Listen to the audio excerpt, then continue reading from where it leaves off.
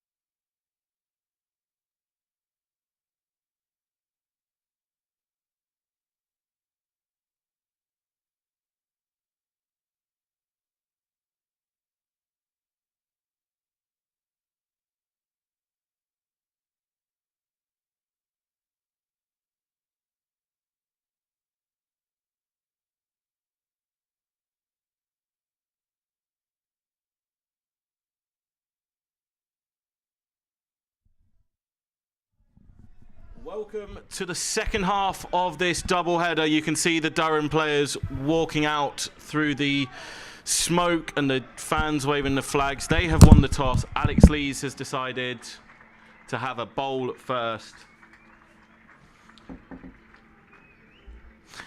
So he's won the toss. He's decided they want to have a chase here at Banks Homes Riverside. It's an unchanged 11 from the team that narrowly lost down at Headingley on Friday. And I'm very delighted to say that I've got Gordon Mutchell alongside me. For the first time in about 2 years, I think, I've not worked with you, Mutchie. How are you doing, mate? Yeah, I'm all good, thanks. Just broken up from school, so that's a nice relief. I'm just pleased to be here. On a little bit of an overcast day, I must admit. Tinge of green on the wicket. Hopefully Durham get some early wickets. Yeah, there was some rain kicking about in the women's game. It wasn't enough to take us off the pitch, so fingers crossed it's exactly the same if we do get any. I think the worst of it has passed, but it is very grey overhead. I wonder if that's played into Alex Lees' thinking of not only are we on a used wicket from the women's game earlier, but it is quite cloudy overhead, so maybe he just wants to extract any little bit of movement he can off the pitch. And Ben Rain's not a bad exponent of trying to get some of that movement. Absolutely, and if there is anything in this pitch, this man will definitely find it. The ever-reliable Rain certainly hits the seam, gets a little bit of nibble both ways, so fingers crossed we can take some early wickets. Ollie Robinson is going to stand back to start with. He did run out with the helmet, but then sent it back. I wonder, we saw it in the women's game, pretty much all 40 overs were, even with seamers, were exclusively keeper was up to the stumps. So we'll see if that lasts for Robinson. Joe Clark and George Munsey are the Notts opening batters, and it's very key that Durham keep it tight. What is Rain going with here? He's going with a deep point and deep backward square as the two fielders out for the start of the power play. And immediately just metronomic line and length, outside off. You'd be forgiven for thinking it's a county championship ball. County championship game with how it started there. Definitely, though. But Clark did look to come out of his crease a little bit. Obviously, we've seen in the Test match recently, having that keeper up just keeps the batters in the crease. But I think they might be planning on getting a little nick, so standing back obviously increases the chances of catching that one. Thumps into the thigh pad there. It's going to be given as a leg by, and Notts get off the mark. I think Michael Goff has got umpiring duties from this end as we look at it. I believe it's Michael Goff. The tall stature, looks like Goffy from behind.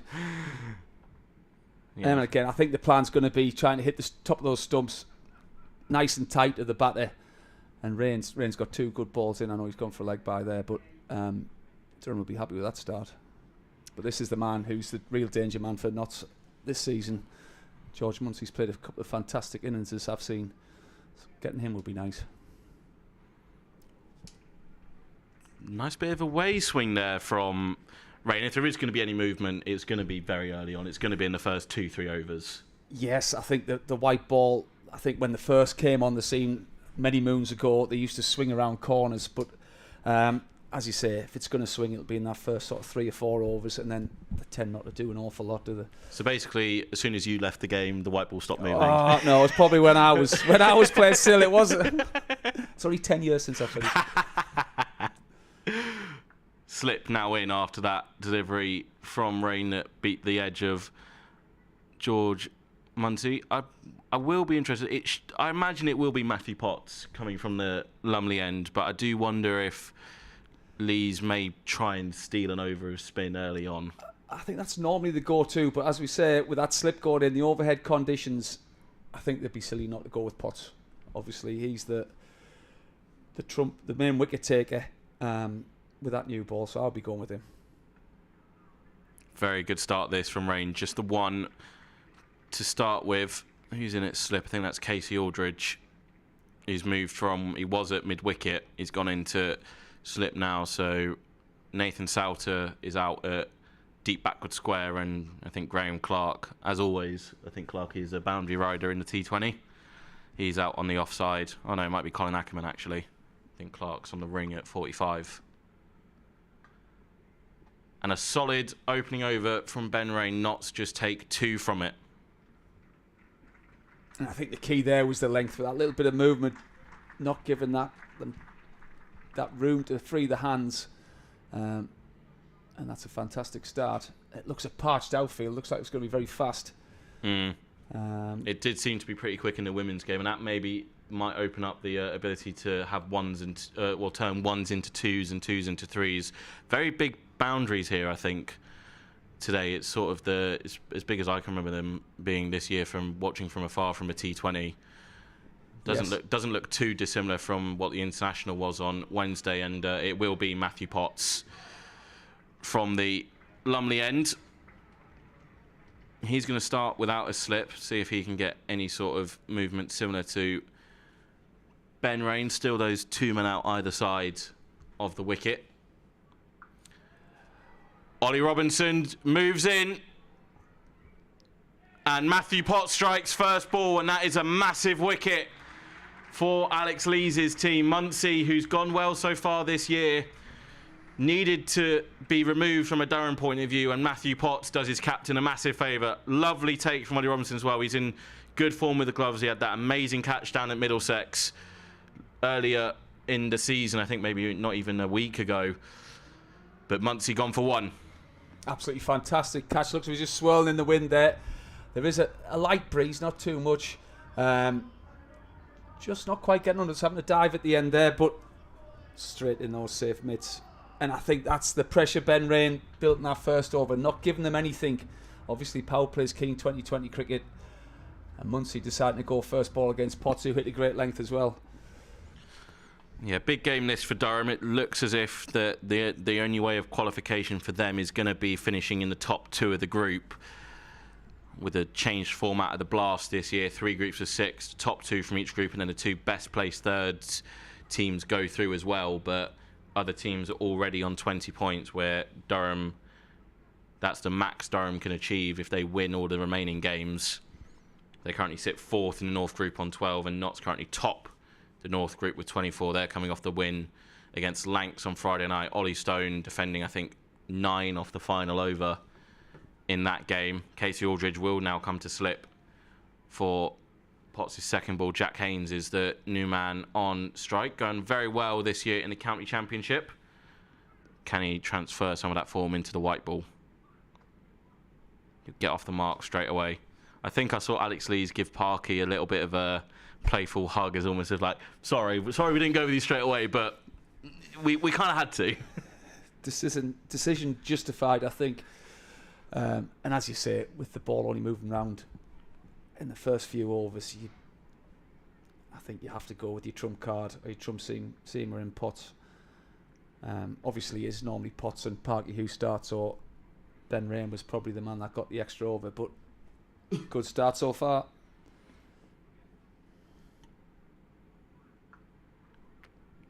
Clark sends that away to Salter.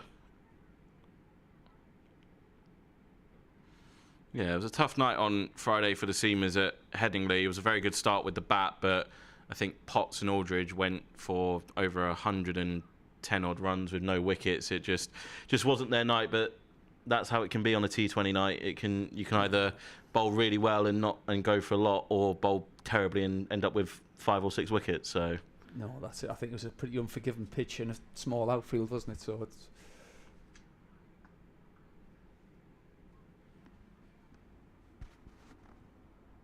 But again, Potts top of the stumps there, trying to target that sort of stumps in the box region. And that's definitely been plan A, and so far it's working.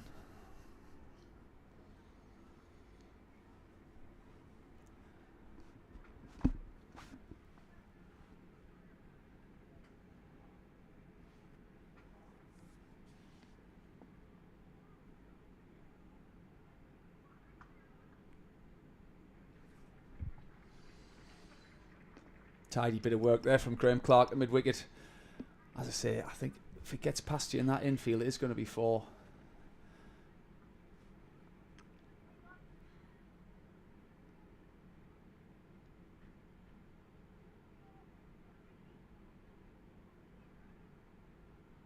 I've been really impressed with the rhythm Potts has had this season. He's had obviously 8 wickets. I think the last championship game seems to have a lot of control with this ball at the moment. Flicked away. It's going to be a chase on for Salter, and he makes a good attempt but just can't quite haul it in. Notts' first boundary comes from their captain, Joe Clark. And that's the end of the over. Looks like we are going to have a bit of Parky now. It's never too long before Parky's thrown the ball in the T20. It's one of Ryan Campbell's philosophies in a way of he wanted to completely change how Durham approached their T20 cricket, and one of those was being aggressive with spinner. You don't see many teams opening up with a spinner in T20, only if there's a very obvious matchup that they can exploit, but pretty much whatever the game, whatever the weather, whatever the occasion, Parky's been throwing the ball within that opening 6 overs. He's got it here as well. Ben McKinney and Colin Ackerman are out on the leg side. And that's it. It's not easy in the power play with only 2 out, but I think the character Parky is. He takes on that challenge. He almost thrives on it, doesn't he? And he's always at those stumps. He's making you take a risk. He's got long on and deep mid-wicket out here. Just targeting that leg side. Nice plan. Trying to minimise the boundaries.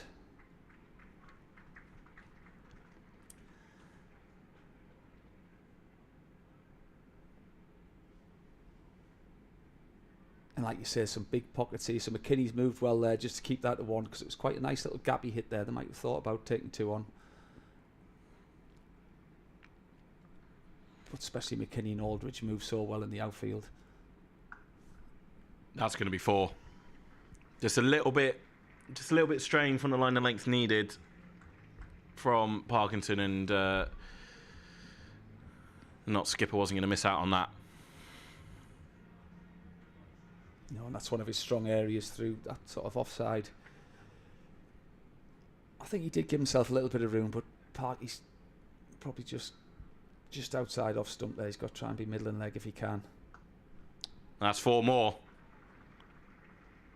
Seemed a little bit too full there, maybe? Yeah, so you got the line right there.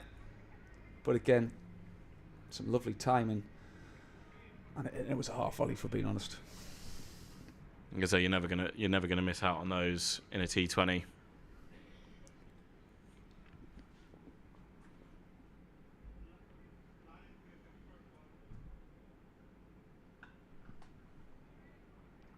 Make that 3 4s in a row. Joe Clark looks in the mood. And that was pretty much rinse and repeat. Again, he's just given himself that room to try and open up that offside. And Clark is managing to find the gap at the moment. It's a nice little start from him. Obviously, the switch from the seam to go to spin backfired, but that one's gone high, and it's 6. A very, very good start to Joe Clark's innings. He's already motoring 23 off 9, and Notts are now 28 for 1.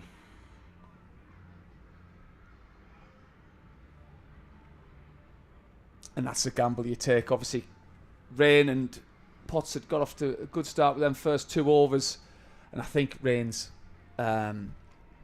experience in the middle and at the death. Obviously, you want to keep a few of his overs back. And like you say, I think Parky pulled a couple of really, really important overs to get Durham back in the game at Headingley last week. But fair play to Clark there. He's won that first little battle.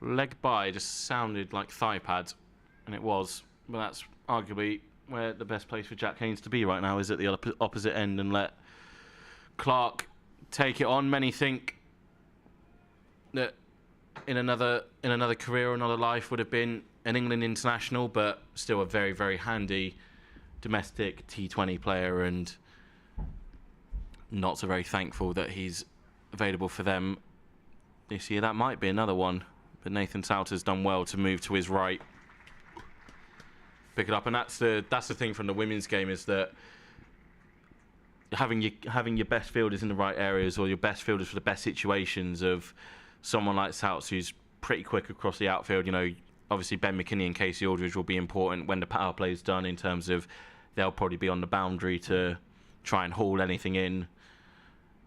So that's also just something to keep an eye out for as well. You're not going to be able to catch that even with people on that out on the boundary. What That a is shot that is. that is remarkable hitting from Haynes. He's got his boundary count up and going, and Notts, after a slower start than maybe they were anticipating, are now more than making up for lost time.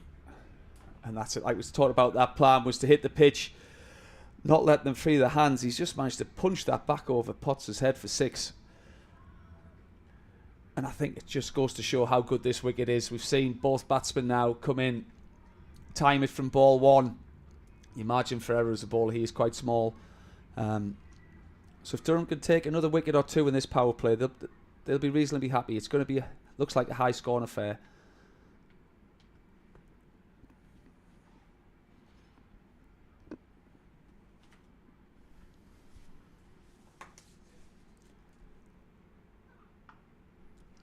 Pulled away, not going to carry to Souter, will just be on the bounce.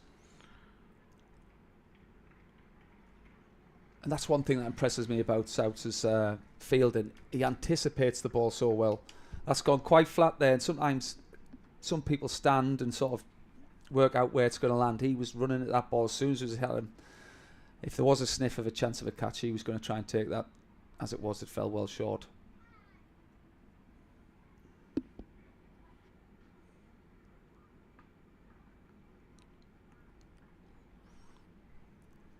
Bit of pace off there, I think, from Potts already. But we saw that in the women's game as well, that very quickly I think both captains realised, definitely Holly Armitage realised, that pace was going. Yeah. And so therefore you're trusting your seamers and your spinners to go to their variations, their change-ups. And it looks like Matthew Potts has already sussed that as well. Didn't sound at all healthy off the bat. No, as I say, it is coming on pretty well with the seam-up delivery, so that is something that they might go to.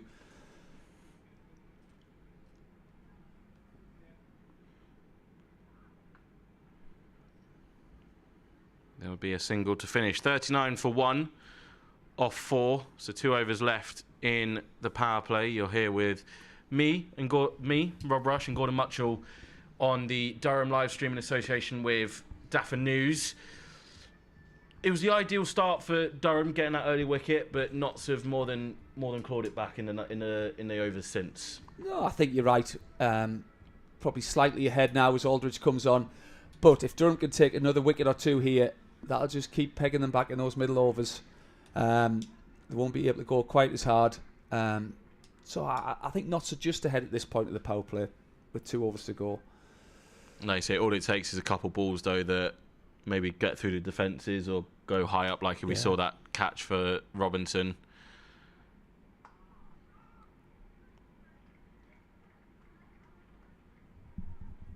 It's a nice start from Aldridge after a tough afternoon down at Headingley last time out. Yeah, you just want your first. I'm guessing you just want your first one out of the way. I imagine it's the same for a batter when you've maybe not come off the back of anyone. You just want that first ball. Yeah. So you just want that first ball gone. So you can just park it and move on.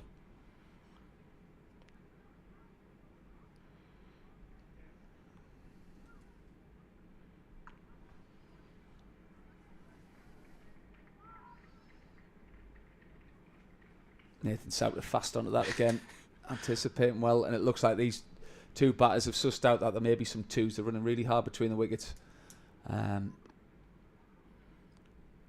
It's where you can try and force mistakes as well. If fielders are already thinking about which end to go to for the run out, maybe it slips at the ball doesn't go into the hand quite cleanly. There's not quite clean a pickup, so therefore you can sort of make a 2 out of what should be an easy single. Oh. Well fielded. That was hit with some venom back at Jack Haynes.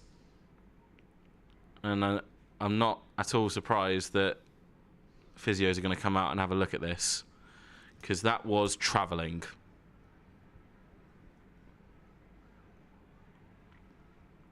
Absolutely. I think Joe Clark was stood there to start off with thinking, you've just cost me 4 runs there. And then he's just gone down to check to see if he's all right. You're right to that.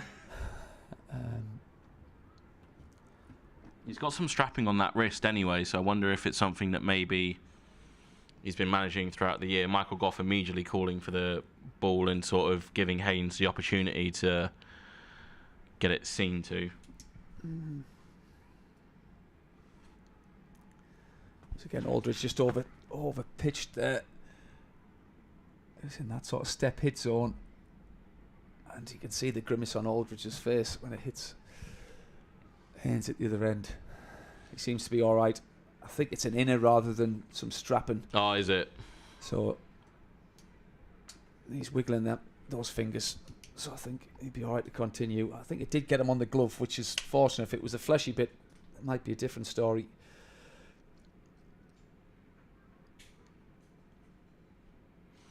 Haynes is good to continue.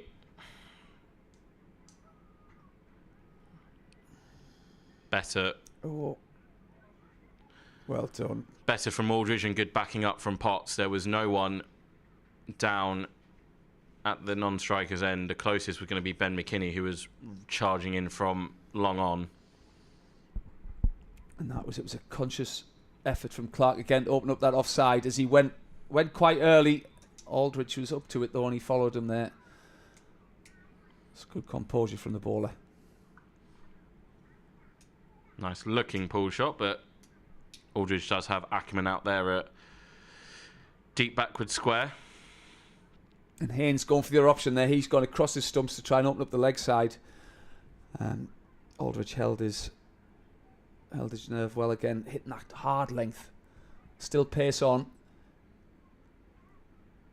I wonder if he'll go for a pace off option to try and get that catch in the outfield. Oh.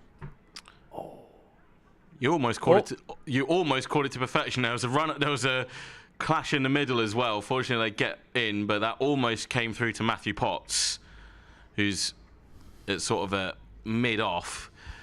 They take a single, so 43 for 1 as we approach the final over of the power play, and Ben Rain is going to get a change of ends. That's it. Fantastic start from Aldridge. Only going for 3 in that over. I think it was a leg by as well. That might have gone for 4. And again, last 2 overs of the power play, you're looking to target that boundary, to not have a boundary. It's a massive tick in Durham's box there. Yeah, 4 off that over, including a leg by. Now can Ben Rain close it out for his captain? Oh, the captain's let him down. They're going to pick up 2 when really it should have been a dot. Just burst through the hands. Yeah, he's normally ever reliable in there. Alex Lees, he'll not be happy with that one. It was struck with some force, mind. But just a dot ball there just adds to the pressure. Again, no boundary though. That'll just be one as well. Massive hoik across the line. I mean, we know what's coming out of the power play. We know it's going to be Nathan Salter pretty much straight away. Yeah. Do you think it'll be a double dose of spin, or do you think he might trust Aldridge now after that? After that 1 over in the power play, I think just for his confidence, I'd give him another one with the field back. Gets outs on attacking those stumps with his little variations. Oh. Rain takes pace off, but too much. Haynes lined him up and deposited him to Bannatynes. I think that's gone all the way. I think the umpire's just waiting for confirmation. He does now give the 6 in. Well, we might have a bit of a move on in the crowd. There we go. Ball finally makes his way back. It was slow and wide. I think if it was... I think he'd sort of gambled. So he'd gone back in the crease there, and I don't know if Ben thought he was coming. He just slow ball into the pitch, and it was almost the perfect ball for what the batter wanted. As he goes deep again in the crease, Rain goes fuller. Doesn't let free those hands. And that's one of Ben Rain's strengths. He hasn't got huge amount of pace, but his control and his ability to get that Yorker in, a bit like Neil Killeen back in the day, is a huge weapon to have. Can I pay you to say that? He might be listening. I saw he's given Charlie Harmison his under-19 cap the other day, so well done, Charlie, on getting that first under-19 international cap. Oh, that is very unlucky from Ben Rain. Another massive hoik across the line. You can tell Haynes is just trying to make the most of the power play. Wasn't really there to be hit. And an under edge absolutely rockets through to the boundary.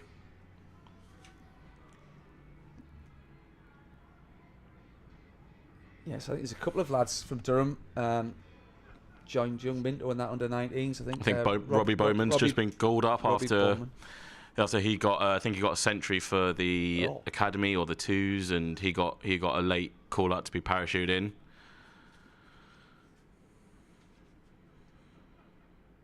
There's a slower ball Yorker to end the power play. They're going to look for 2, but good fielding will keep it to 1. So Notts finished the power play 57 for 1. Rain has bowled 2. Potts has bowled 2, and Parkinson and Aldridge have 1. I think as well for Charlie, just before we get back to the game, Charlie having his dad there as well. Steve, I think, has been in and around the team as well. So that's got to be an amazing feeling knowing that your parents are there as well. As Michael Goff signals the end of the power play. Oh, absolutely. And how good is that for someone like that to bounce your ideas off? I think I saw a picture. I don't know if Charlie's actually taller than Stephen now. That would be something. Unless Stephen's just shrinking in his old age. But I did see a picture. No, fantastic. Parkinson to continue. So just the 1 over for Aldridge from the Finkel end, and brilliant work from Matthew Potts. I think he wanted to get the flick up to McKinney.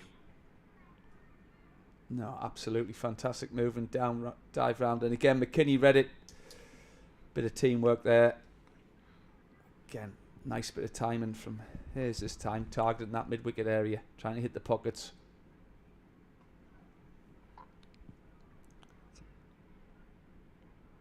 Nice bit of bowling from Parky there, a little bit of pace off.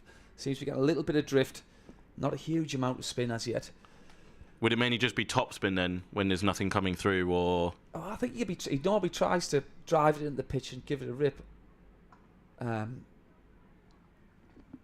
But again, I think with an earlier game in the season, there was quite a lot of turn. But with that green grass, just seems to be sliding on a little bit now. And sometimes finding the pace. Dare you go a bit slower, though, toss it up. It's a bit of a risk in this format. I think Parky's go-to is to really drive it into those stumps, make a mistake. Dot's big shot is his sort of wicket take, so hopefully we can get another dot here and a catch in the outfield. As he did flight that one. It's going to be 1. So far he's sent long on, long off. Potts is at cow corner, deep backward square in the deep point on the offside. Those are the 5 out for Parkinson. And a tidy second over after the one he got in the power play did get taken. Just 6 from that. So 63 for 1.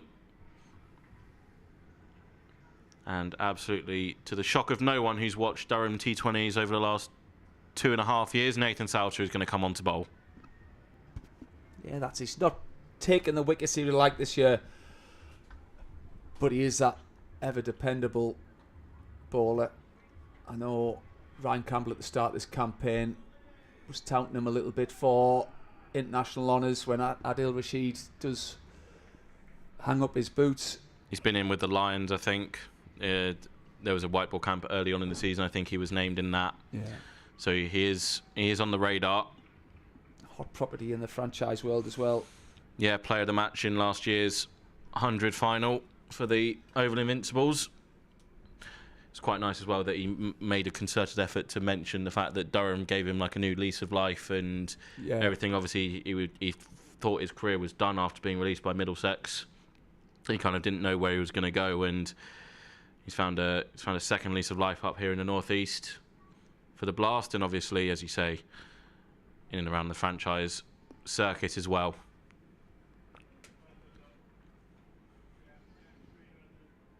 Again, not a huge spin of the ball, but he has got his variations, which is a batter. Just keeps you on your toes, keeps you guessing. You can't 100% line someone up when they can spin it both ways. And a nice start from him. How much work is it just a case of no matter how much work you put in the nets before a game, you just have to kind of wait and see to try and pick? Or did you ever feel there was a point where you could pick someone? Or it's an interesting story, actually. I'll tell you after this. Here we go. Salter in, and that one is almost chopped on, but gets it out to deep point. Ackerman does the fielding, and they'll just get back for 2. That's it. So the man who's got his testimonial this year, Scott Borthwick, actually, when he bowls, his tongue points the way he's going to bowl the ball. If he's bowling a leg spinner, he points the way he's going to bowl his googly tongue. And it's just subconsciously in his mind.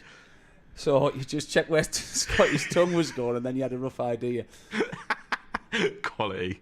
Should be 2 again. Like you say, the deep pockets here with the boundaries not too dissimilar to what England and India had on Wednesday. And it's good work from Casey Aldridge down at long on. I think that might be Potts out at mid-wicket again, just to keep it to 2. But that's going to be I think it'll be a bit of a subplot throughout this game. I think that's going to go, though. Yeah, fielded. Ackerman's done pretty well there to keep that to just 2. Good athleticism from the Dutch international.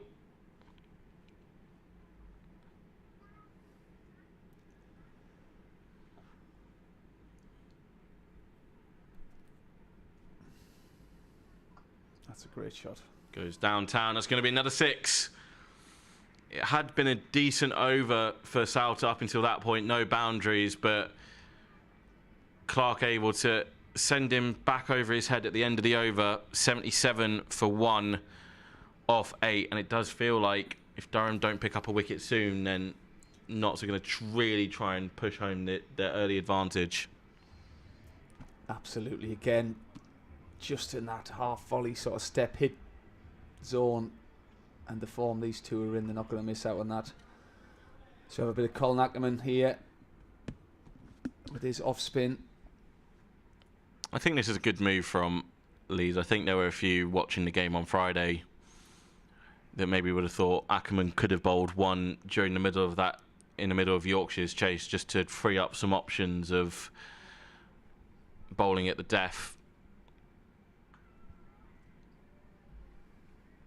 Going to start with a couple.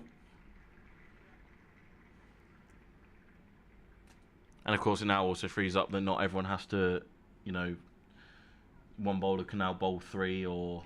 Absolutely, whatever. And having that flexibility as a captain is a huge thing. You're not worried about ends and making sure everyone gets the allotted overs in. And he's a handy. No, I'm going to say we don't need to sell him short. He's a more than capable T20 bowler, but he's more so in this side for the batting aspect of it. But having that ability to turn to him in a situation like this and bowl deliveries like that, where absolutely changes the pace, and also as a batter, you're in. You know that they're getting an over out for you. Do you try and target this over? It puts another little element in your head. Ooh. Sweeps across the line. Souter will do well. It's a late call for 2. So that's it. Souter just had to go down and sort of not long barrier. I think he's maybe half slipped or just overran it a little bit. Had to get down, which was good watching from the batter. So they knew he wasn't in that strong throwing position. Yeah, I think I think Haynes was quite happy to sit and it be 1, and Clark was the one that called him. You always run a bit harder when you fit it, don't you? Full from Ackerman. Aldridge does well to keep that to 1. Like I say, it's that pick up and throw in one motion pretty much. And I think that's a sort of standout for Aldridge, and McKinney is how balanced they are and sort of almost pick the ball up on the move. Which just puts you off. If they'd went there, I think they might have possibly got there, but it's not worth risking. These two are going well. Don't need to take over risk those runs just yet. Single 20 over. So Ackerman comes out of that first over with 7 from it. And from Alex Lee's point of view, you now feel, as you say, you've got both options of I could give Ackerman 1 more, or I could just leave him.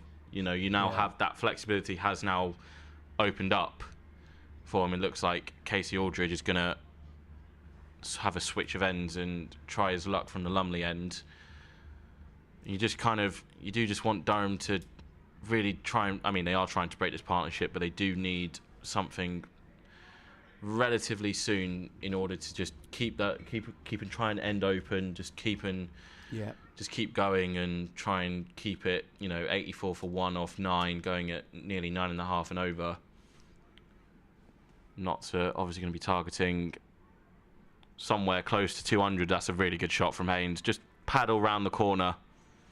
One of those white ball only shots, pretty much, of just stand and rather than actually get fully down for the sweep, just paddle it round the corner. So I think Aldridge will just be a little bit disappointed with his line there. Obviously trying to tuck them up. They've got a strong leg side field out there, so that is the plan. But he's probably just slightly too far down leg side there. Oh. That could be gone. It is gone. A good comeback from Aldridge. And Graham Clark, Durham's leading T20 run scorer, with a simple catch in the outfield, and Haynes has to depart. And that's it. That was the plan. They had sort of deep square leg, deep mid wicket, long on. There is a slight breeze, so he's hitting into the breeze there, making him take that extra risk.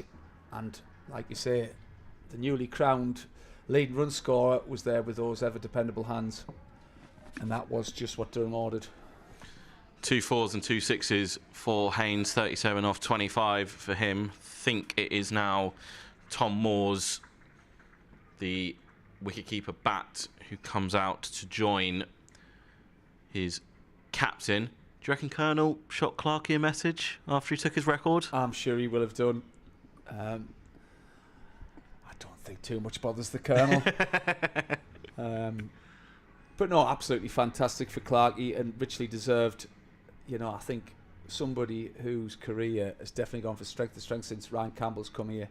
And the opening partnership him and Alex Lees have had over the last few years has gone a long way to Durham winning a lot of matches. So I don't think he's done yet. He's got a few more years left in him, Clarkey, so good on him. And what a lad he is as well. Proper team player. Aldridge around the wicket to Moores. Immediately looks for 2. Yeah, I wouldn't be taking on David Beddingham's stroke from there. No, again, and sort of Moores is a tricky customer, 360 player, and the way he set off for that first run, he looks as if he's got plenty of intent. But again, similar plan. We've got long on, deep mid wicket, deep square leg, and deep cover out, so it's going to be into the pitch trying to cramp Clark for room.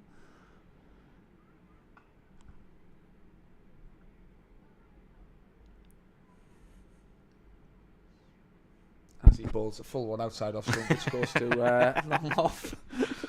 One nonetheless. It's a tough gig, this, Muchie. It's a tough gig, this.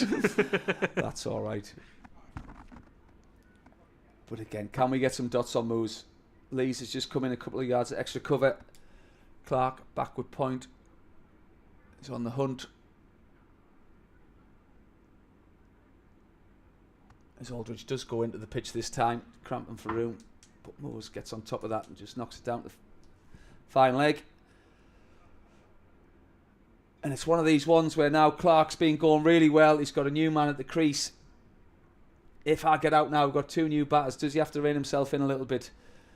So hopefully Durham can get a few cheap overs in while these 2 get going.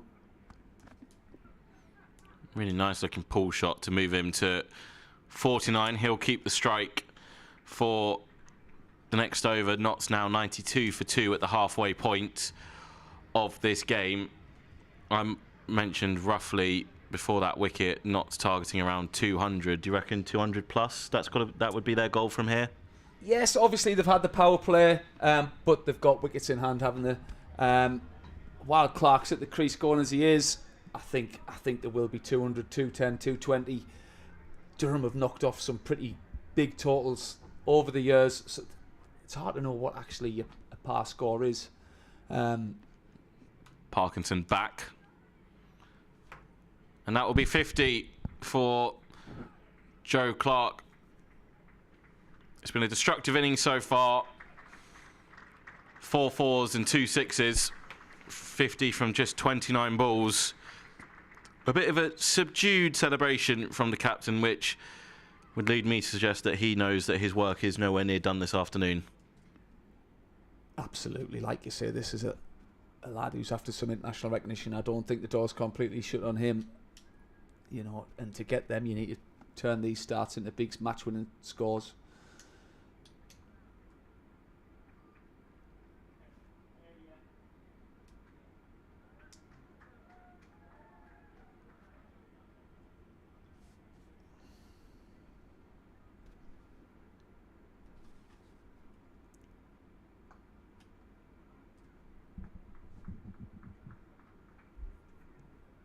And with that shot, just a nice check drive to mid-off. He does look as if he's here to really put a match-winning performance in. Thing as well, he's now got a partner who's left-handed, as Parky does really well to field that in his follow-through. You can take the singles, you can have the annoyance of a bowler can't really settle to the same line and length. They've got to switch it up.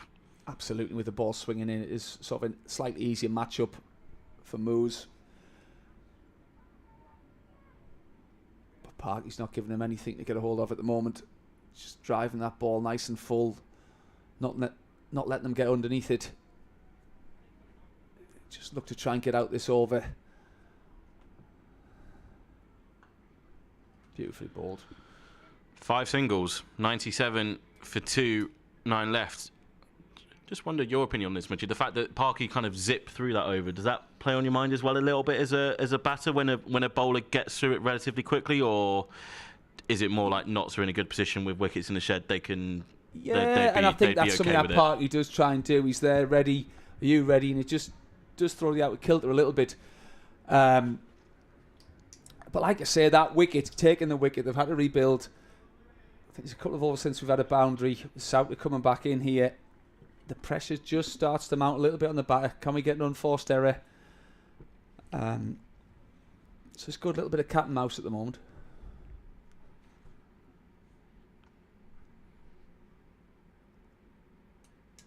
And that ball really is flying across the outfield. As I say, if Durham can keep Notts under 200, I don't think they'll be too unhappy here.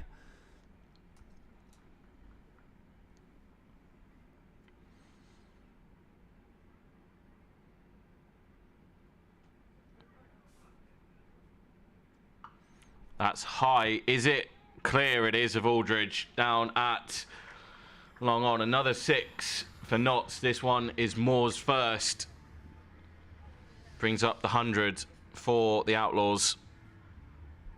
That is a fantastic shot. Just sat back on that back foot there, but the hand speed was unbelievable to get that ball off the back foot, up and over, long off.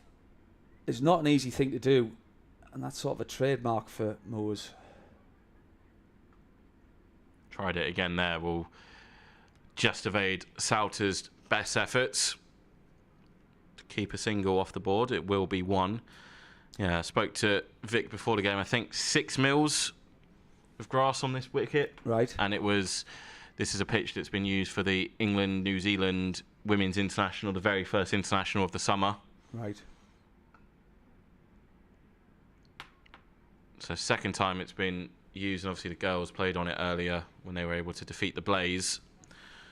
So maybe as well that might have played a little bit into how Alex Lees and Ryan Campbell were viewing the toss.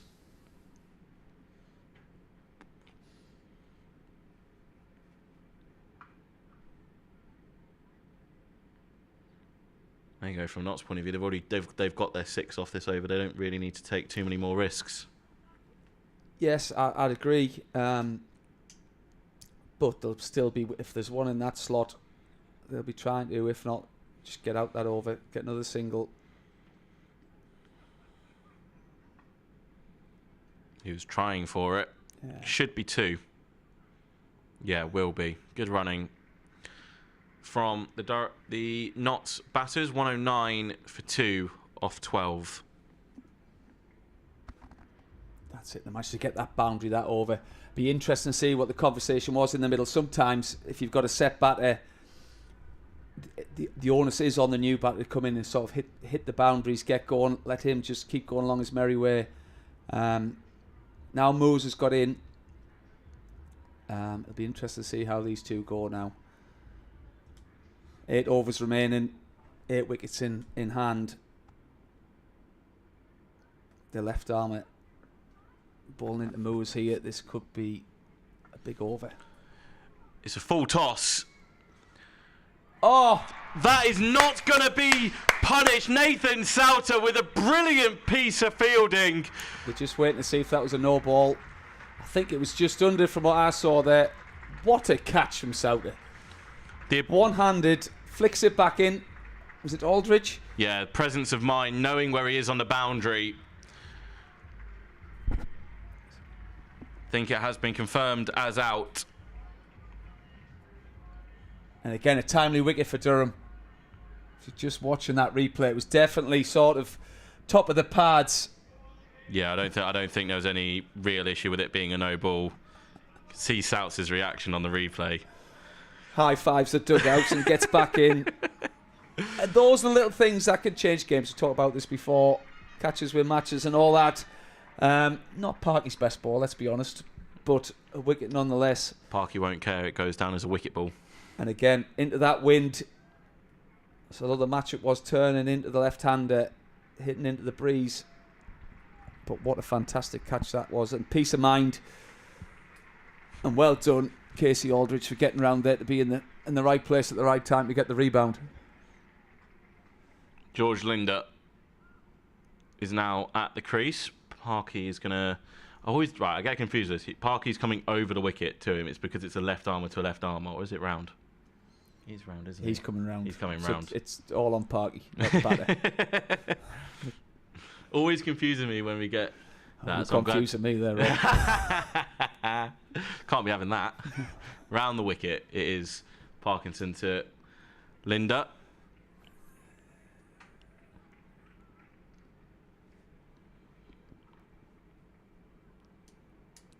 And again now, new batter at the crease. What's Clark do? Does he keep going? Does he nudge it round, get a partnership going? Because the thing Durham absolutely want to do is get two new people at the crease if we can. Oh, stumped. Ollie Robinson, that's a beauty of a stumping, and it's a beautiful bit of bowling from Callum Parkinson. 2 in 2 balls. Absolute left armer's dream there. Just enticed him out, drifted in, bit of bite. And Robinson was up to take in the stumping. What a fantastic piece of work. And that is exactly what Durham wanted. 2 new men at the crease. And all action Parkinson's making it happen again. Well done, Parky. That's the first one that's really gripped, hasn't it? Out the surface. And that's it. And as a batter, if you think it's just sliding on, and it does that, you do feel a little bit hard done by. But fair play to Parky for tossing it up a little bit further. It's a fantastic bit of work. It's a risk reward if you get it, if you can get it dipping up and above the eye line. Maybe not as much there from Parky, but like you say, putting it in the arc of you can go for it if you want to. Yeah, I mean, he's not totally favoured. Parky's drive-in ball's definitely quicker. And again, that sort of change of pace. Again, Clark, maybe he's just looking to run it for one rather than fully commit to the shot. And Ollie Robinson is a fantastic wicketkeeper. He scores unnoticed all the time. So tidy behind the stumps. Freddie McCann joins George Linder. That's, as you say, really big for Durham to not just have one end open, but have 2. And now, from a Notts point of view, you are now looking at a couple of overs of just, or an over at least, of just trying to tick over and get in 2 left-handers at the crease. So might possibly get another over of off spin from Ackerman if need. Try and turn the ball away from the bat. Again, a little bit of turn there, which Lindell will quite enjoy as a left-arm spinner himself. Patterson Whites as well. Yeah. As a left-arm spin, but that's a brilliant over from Callum Parkinson. 4 singles and 2 wickets from it. He ends with figures of 2 for 34 from his 4, and after a tough first over, he's come back really well. Absolutely, and it's easy to get down on yourself after having a tough over. Not easy in the power play, like we said, but I thought the way he's mixed his pace, attacked those stumps, and kept going, like you say. He's all action, doesn't let the batter settle. He wants the ball get through his overs nice and quick, and we have got a bit of Ackerman in here against the two left-handed batters. Yeah, I like this move. I like it from Lees. I think it's, like you say, try and obviously prize out a wicket, but with them being brand new, again, if he can slide through quickly for another over of just 6 to 8, then you're in the business. I'm going to look for 2. Again, Matthew Potts is not someone I would be trying to run on that arm. Fantastic athlete. And I think Durham only going for 1 overseas. We maybe one thing we are not lacking a little bit is a out-and-out death bowler. So having those options, possibly to bowl 1 and chop and change, don't let them line you up for too long, is a massive feather in Lees' cap. That was a nice start from Ackerman. That a bit of drift again. Oh, that's unlucky. Doesn't quite get the line right there. It's going to run for 4, a little tickle, and Ben Rain unable to do anything about that. That's it, and I think it's just a little bit unlucky. That's not bad planning. He's trying to jam it into those pads, not letting them free their arms. He's just got a fraction too straight, and a little tickle on this very fast outfield sees it race away for 4.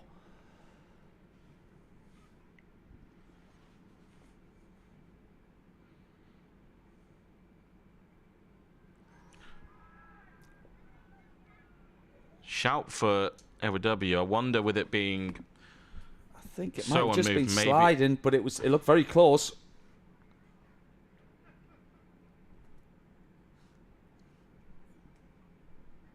That one turned away. It should just be 1. They're going to look for 2. Smartly sent back. So we just watch a replay of this LBW slide shout. I think it would have been umpire's call if they'd sent it upstairs.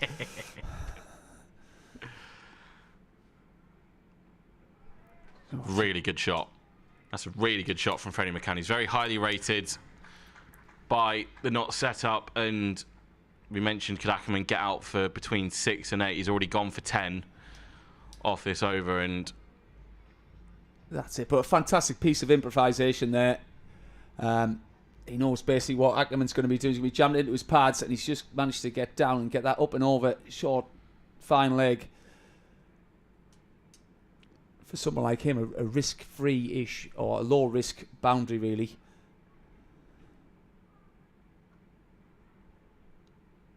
and then 1 to finish. So 11 off Ackerman's second, but we talked about having the options now at the death.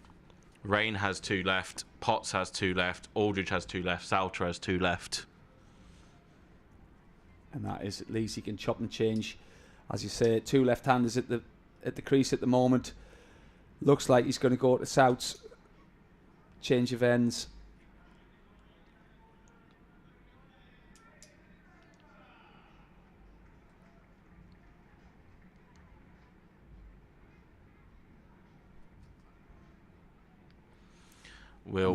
So I think Ackerman's going to plug a very big gap on the offsides, on the leg sides, excuse me, for left-hander. It was a massive gap between Graham Clark and Casey Aldridge at deep backward square and long on.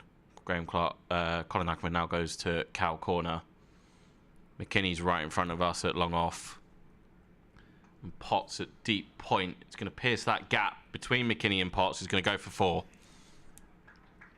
That's it, and he's got 2 sort of straight extra covers here, so I don't know if the plan is to try and make him drag that ball into the wind.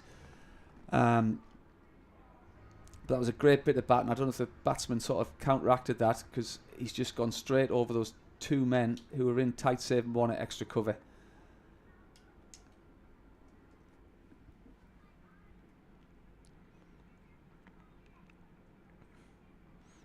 There it is. There it is. Gordon Mutchell called it. Try and get him sweeping into the wind on the leg side. Freddie McCann played some very nice shots, but he's gone too soon from an Notts point of view. Graham Clark pouches another. Absolutely, and that's another wicket hitting to that Long side, like you say, the boundaries are slightly deeper than normal here. Square of the wicket. And again, a pretty easy catch in the end. Sees another Notts batsman fall. Nice little cameo there, though, from McCann. 12 off 7 balls. And as you say, the start Notts got, they've got to keep going. But as you say, that stumbler is the wickets. If we keep taking wickets, it just keeps that run rate at bay. Is it sat at 8.9? Is it looking as if it was going to be over 10 at one point? It's a very big check in the progress the last 2 overs from this end. Parkinson getting 2 in 3, and then Souter now picking up 1. Here's where Benny Howe, who made the move from Gloucestershire, again another franchise expert nowadays, just spends his time in and around the franchise leagues, does now break up the right-left partnership, or breaks up the left-hand partnership. It is now back to right-left. So Lees now changes the field accordingly. Going to ask him to now have 3 on the leg side and 2 on the off for Howell. He gets off the mark straight away. McKinney's done very well there. Sort of bit of a tell when you're batting. You are trying to stop it just on that 30-yard circle. If you have got sweepers out to make you possibly get 2. But there's absolutely no chance of that, as McKinney's sort of 4 or 5 yards off the boundary here. Reading the situation. He's a big lad to get it over him in any case, but he'll back himself to backpedal if he has to.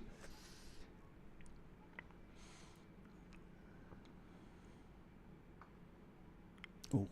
Very good from Souter, backing up his wicket delivery. It's the old adage now in T20, can you get out the over?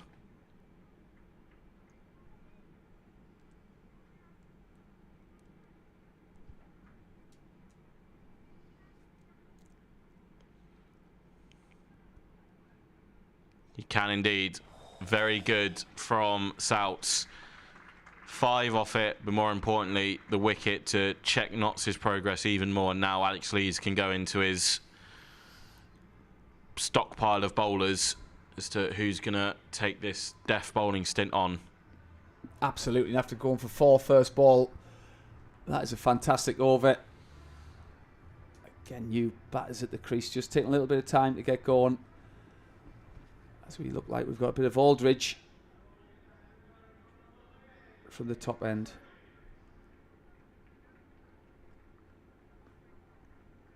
With fine leg and third man up, possibly is going to be sort of slow balls into the wicket, trying to make them hit that slightly longer side into the wind again. That's a nice gap from the batters as they get 2 quite comfortably there. And again, that's what Howe does look to do. He looks to plink it into those gaps, but when he does go, he's quite a powerful hitter as well, so it's not an easy batsman to bowl to. Not an easy ball at the face either. Very good signing for Notts. That could be... No, it might have been 2, but Colin Ackerman races in, keeps it to 1. And it's slightly easy as a boundary rider. You could see he almost didn't pick his bat up. He was just dropping that. So Ackerman was quick off the line. Good anticipation. Again, like you say, it's probably a little bit squarer than the first one. And again, good plans from Ackerman.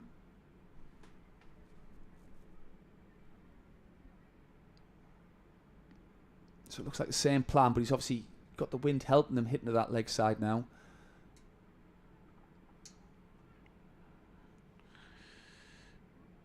Good running. Oh. Or is it? It is indeed. Michael Goff says he's safe. George Linder. It was a great sliding throw from Rain. Again, just dropping that ball in the leg side with them all out on that boundary. With the wind going that side of the ground, they've got to hug the line a little bit more. As both come a couple of yards off the boundary now.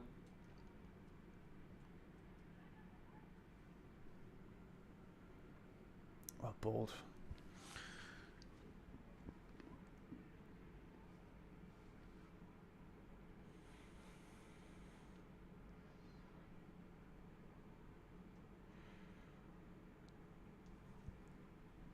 I've been impressed with Aldridge's an all-round package. Oh, it's been Good, strong bowler, outstanding fielder, and a hard-hitting batter. It's been a great addition. Obviously, joined initially for the Blast last year, sort of on a loan deal initially, but everyone sort of knew his time at Somerset was coming to an end, and he was sort of scoping out his next move, and was part of a very successful group stage that got Durham a home quarter-final against Hampshire. Wasn't unfortunately available for that game. Could be 2 again, but Nathan Souter does well to keep it to 1. So 3 2s and 3 1s from that over. Notts 1 3 8 for 5, 4 left in their innings. But yeah, part of a very successful group stage team that got through to first home quarter final in a very long time, and especially on the red ball side of things so far this year, from what I've seen of him, more than handy with the bat, very capable with the ball. As you said, he doesn't drop many. Oh, it's slip. I mean, I just obviously watched the stream and the highlights. Some of the catches he takes, he just makes them look so easy. And I think he's definitely got 100 and a fifer, if not 2 fifers this year. He's put in some pretty big performances. What's been a great campaign for Durham so far this year in the red ball stuff. 99 down at Lords as well against Middlesex. Ben Rain into the attack. So Lees is using one of his remaining 2 overs now.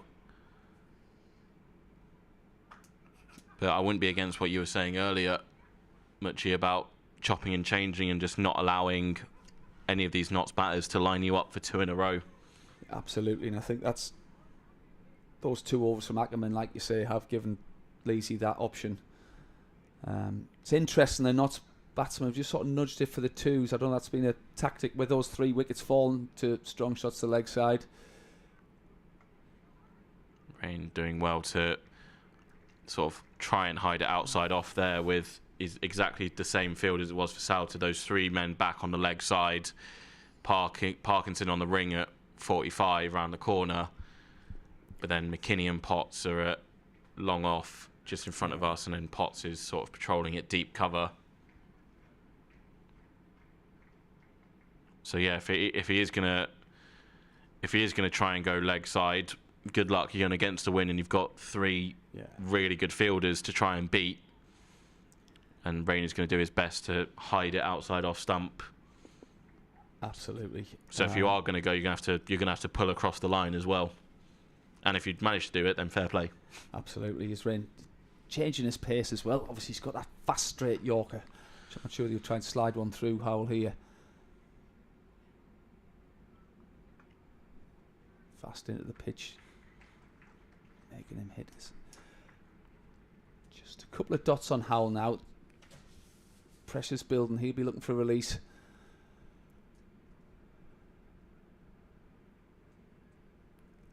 Again, I know Rain hasn't got that much pace, but with sort of 3rd man fine leg up, it does make it a little bit harder to go there. He is a 360 player as well. He might look to try and get down. There's a leg cutter there. Just got the length wrong there, and Howell manages to beat that deep mid wicket for a well needed boundary from a Notts point of view. I think Rain's gone through his full bag of tricks. He's had the off cutter, the leg cutter, seam on ball. We're just missing that Yorker. Come on, Ben. I want Yorker stumps everywhere for this last one, please.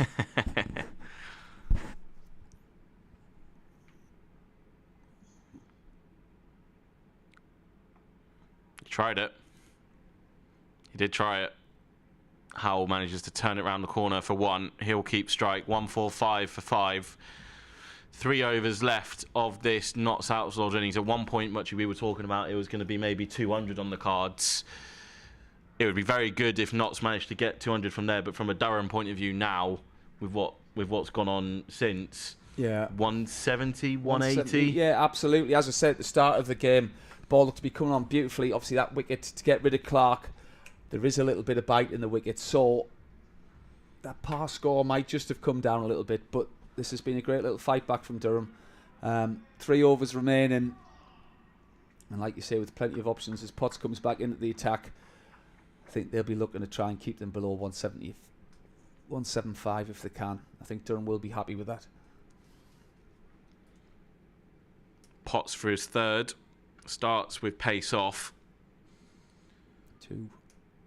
A very comfortable 2 as Nathan Salter is the lone boundary rider. Out there, he had to run all the way from deep backward square. Yeah, and I think Lees, he might see how this one goes, but I think he might go 2 from Potts at that end.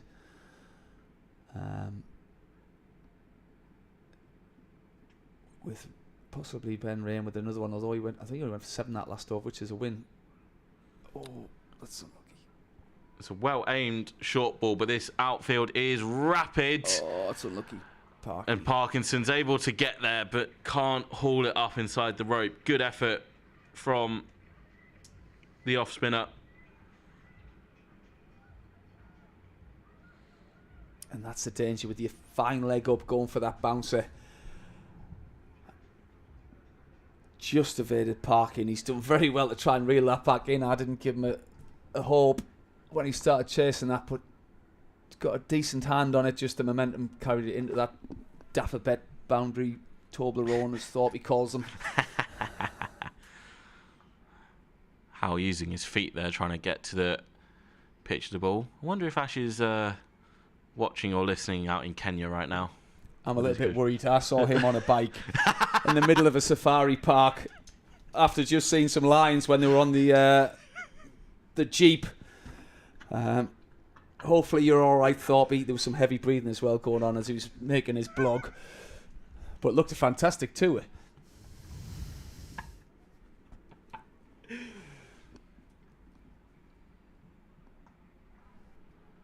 gone the aerial route. Aldridge has done very well out there to keep it inside the rope.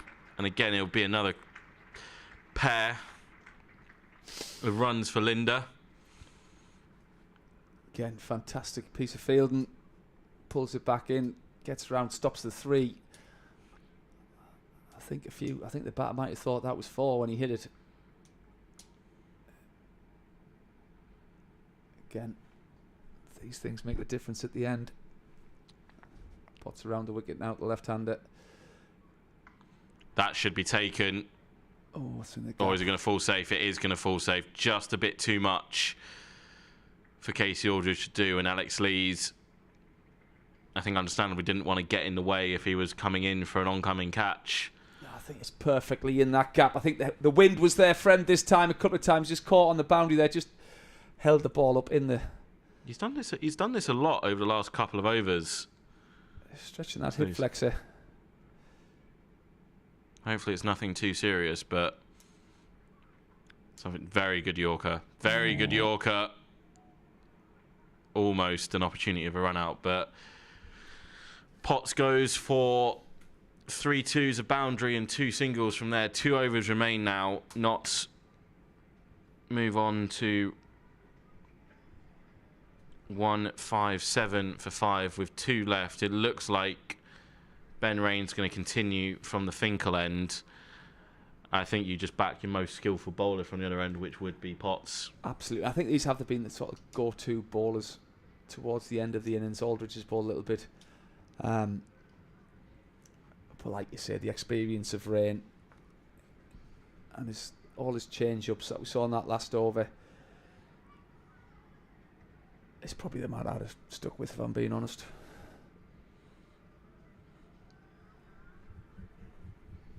Change of gloves for Benny Howell.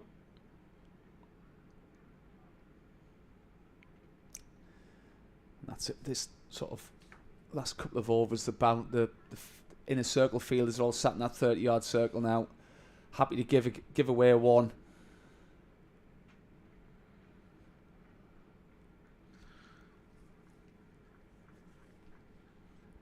Going to be a leg bye. He's angry with himself, Linda. He knows it was there for the hitting. Not Rain's best delivery, but he won't mind too much. It's just going to be 1.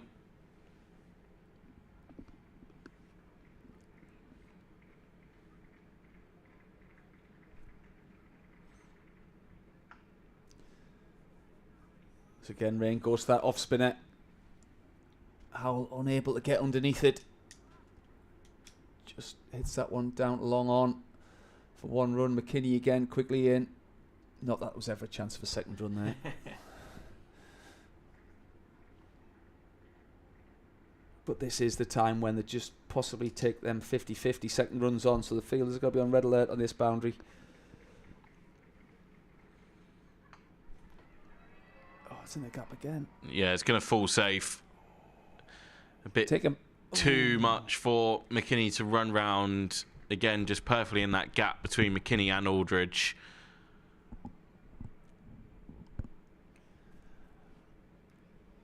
Another couple to the total. Just in that zone of do or dive, don't want to dive. Might go for 4. McKinney deciding just to get around. Save the 4. Good Yorker from Rain in the block holes. Make it really difficult to dig out. So even if you do manage it, it is only just a 1. And you can see Lindell really loading up on that back hip, that back foot now, really looking to get under it, try and target these boundaries. But again, Ben Rain with that Yorker, it's hard to hit those for 6 or 4 unless you're scooping. Like I say, that fine leg, third man is up, so that might be an option I might go to. But with the slow balls, that adds another element to it. Another Yorker out to Lees in the covers. As Rain goes for a slow ball Yorker, which is unbelievable. Try and hit that one before. So yeah, last ball of Rain's spell. That's it.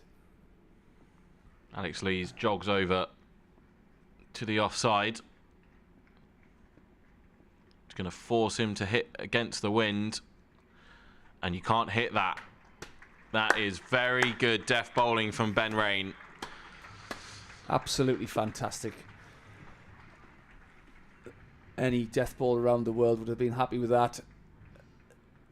Ben Rain, mid-70s, all the skills, not a small margin for error with 2 batters trying to load up, hit you for 4. He's absolutely nailed that final over. And it will be Matthew Potts to take on the final over. As you say, Durham running into this competition with just the 1 overseas, and David Bellingham obviously massively impacted by Marcus North leaving to go to the ECB. That's it. I think there's a conscious effort to get us back into that first division. Potts starts with a Yorker that's just driven down almost too well to McKinney. It doesn't allow any chance of a 2. Straight carried through. I think that's been the biggest. That's the biggest thing, was making sure it was just 1 year in Div 2, and it looks like it will just be 1 year before going back to Div 1. So hopefully next year. And the other thing with bringing the second overseas in, it limits the opportunity. Obviously, brought Casey Aldridge up from Somerset, gives him a chance to develop as a cricketer. So I'm absolutely not against that. It's well dug out by Linda. Very good delivery from Potts. It will just be 2. Linda 21 off 20 and Howell 23 off 15. So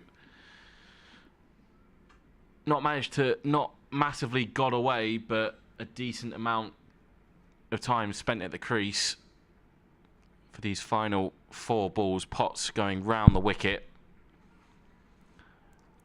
Very well done. Into the pitch, maybe slightly off cutter as well. That's it, and I think the fact that they've both got those Yorkers in, he's probably thinking it's going to be full again, and he's just sort of double bluffed him. Because it's a batter, you're probably looking to try and get your hands through that. We try to just beat that short third man, sorry. Good dot to Durham and Potts. That could go to Aldridge on the full, and it has done. Very good death bowling from first Ben Rain, and now Matthew Potts picks up his second of the innings. Into the pitch, the ball before.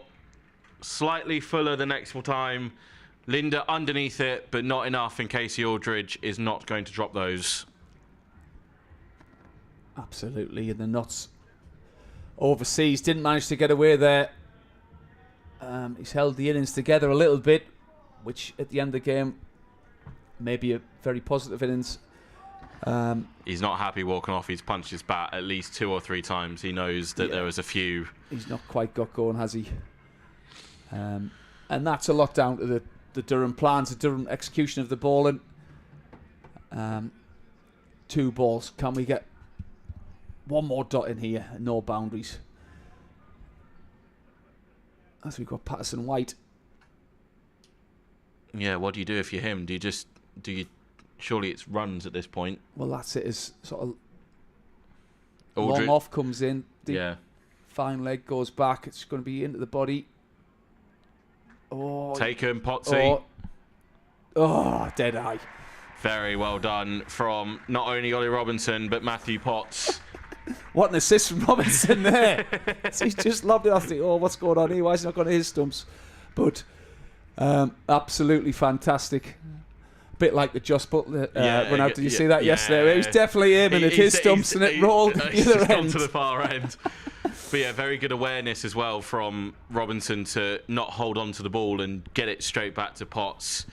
Obviously, the plan for Patterson White was just to get Howell on strike, which he has now done by sacrificing himself. But it is a dot for Durham, and now can Potts hold his nerve against Benny Howell for the last ball of the innings. Ollie Stone will be the runner. 166 for 7. Potts back over the wicket. He's got a slightly open face here. Slices that one. What a catch, Nathan Souter. Brilliant from the leg spinner. 3 wickets in 3 balls for Durham to wrap up the innings. Knots Outlaws after a quick start and a 50 from Joe Clark. Make their way to 166 for 8. Matthew Potts and Ben Rain with brilliant deft bowling to restrict the runs. Good fielding effort from Lees' team as well. Nathan Souter and Casey Aldridge pulling off a relay catch. And Souter as well coming through with the goods there. So Durham will be chasing 167 for a must-win in the North East and in the North T20 group. We'll be back with you for the start of the second innings.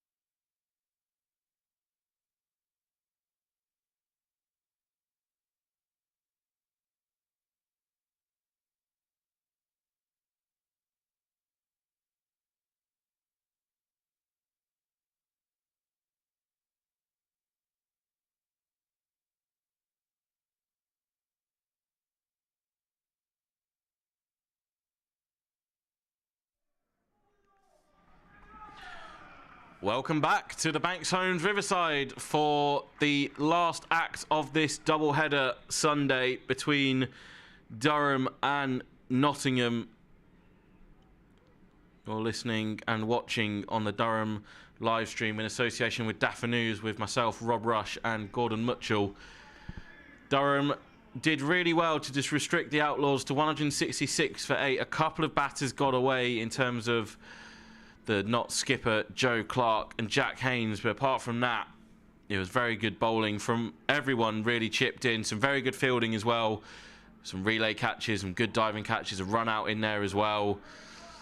They would have been pretty happy going in at the halfway point, and now Alex Lees and Graham Clark are going to look to get off to a very quick start against Mohammed Amir from the Finkel end.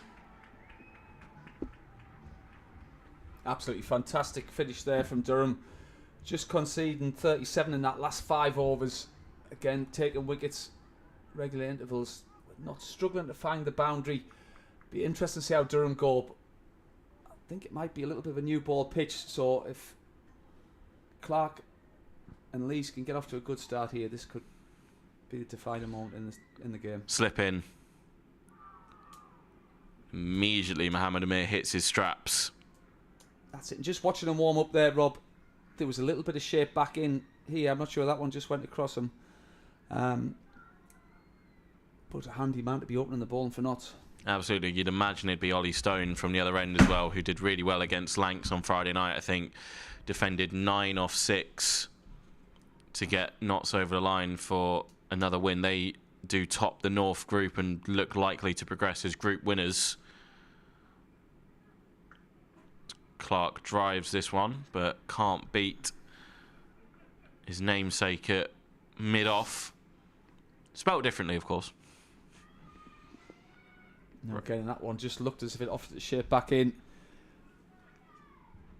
And as a batter, if it's swinging back in with the odd one going across, it's very hard to line up. Especially left arm over the wicket into a right-hander. All sorts of problems. Mid-wicket is open.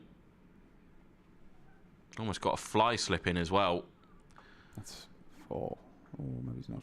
There's the first runs off the bat, and it's a comfortable 2. I think it's George Munsey who's in at slip. Oh no, it looks like it was Liam Patterson-White who was at first slip, and then George Linder was at a fly slip, but also doubles up really as short third. Patterson-White now comes out into that mid-wicket region. 2 extra covers. There's that. It's just doing a little bit of everything. It's nibbling. It's also holding the line. Amir getting through his bag of tricks early on. That's it. Just died in the wicket a little bit as well, that ball. Again, a very threatening line though from Amir. That slip has gone. He's gone past the outside edge a couple of times now.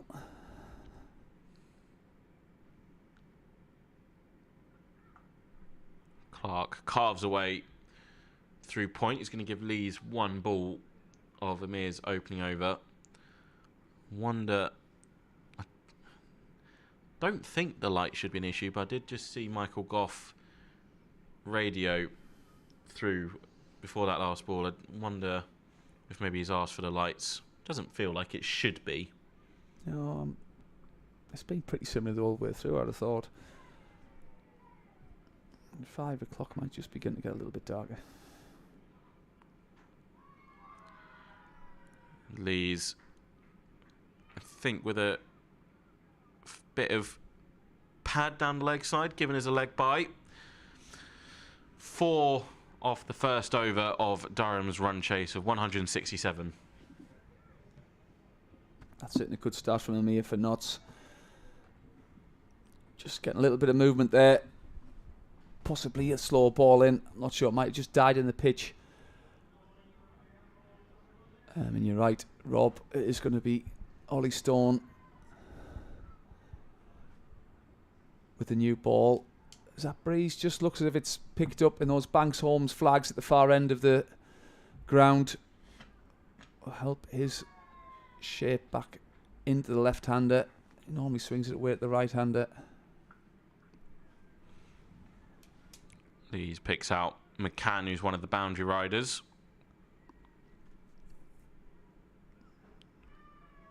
Looks like it's Haynes who's out on the other side, and yeah, just that one ball, maybe they think they can get Clark out pulling to mid-wicket on the edge of the ring.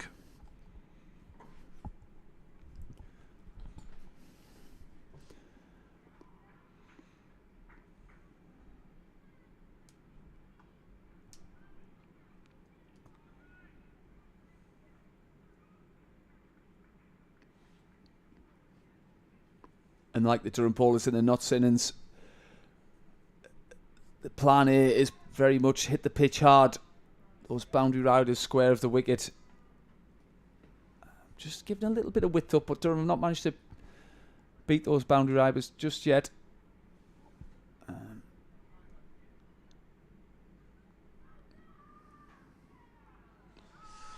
He's not got all of it as the Durham captain, but it is going to be the first boundary. Brings out the Butler scoop.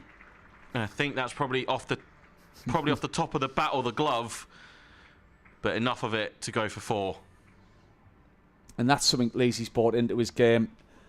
Absolutely fantastic option. Like we say, plan A is going to the pitch, and if with that third man fine leg up is a good option. Low risk, and he's got his reward there with the first boundary for Durham.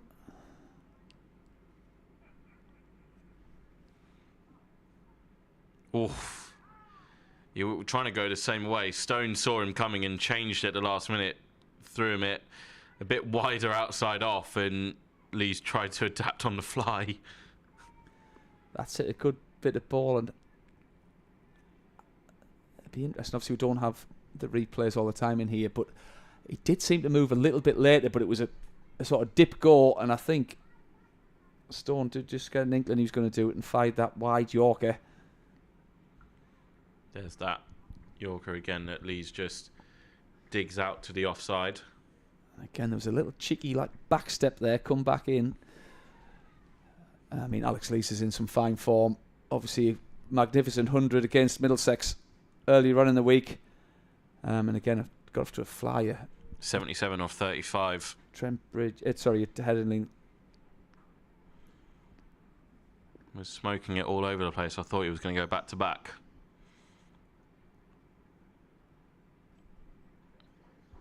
Final ball of Stone's first.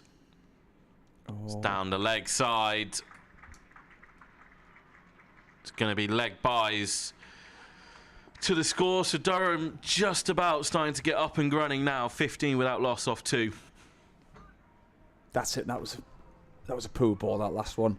But brought about by the positive intent from Lees, moving around his crease, asking questions of the bowler, and unfortunately for Clark, he did manage to get a little nick on that to get 4 runs to him, but 4 runs to the total nonetheless.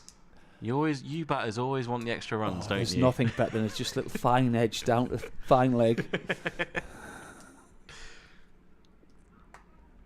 To be fair, I wouldn't be surprised if Potsy's trying to claim that run out as a stumping on his end. Well, that's it. They all go to the stats as Mo Ali comes on from this Finkel end.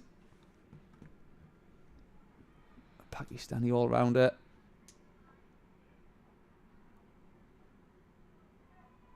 He was trying to go again there. Lee's very good improvisation at the end to change his body angle and get that bat face open to third man so he can pick up a couple.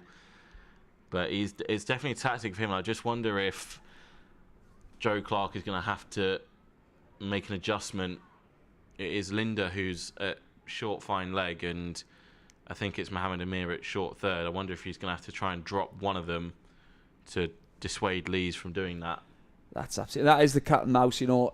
That's what Lees is possibly wanting to do, to open up another scoring area.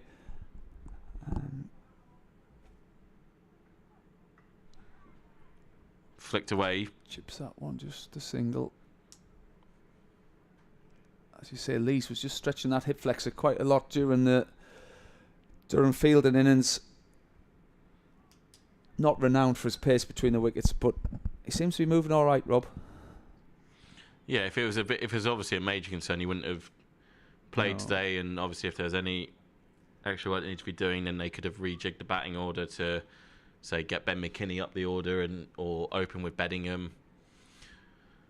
So it's a good sign that he's come out to the middle to start the innings. That's pulled away leg side from Graham Clark and very well fielded by Haynes. It'll just be another couple for the Cumbrian.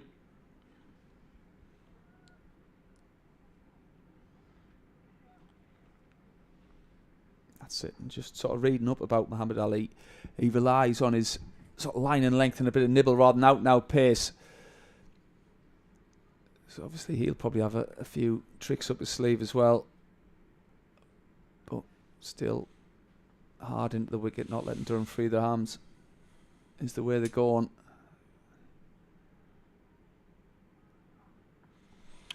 Clark does get to free the arms there. It's only for one.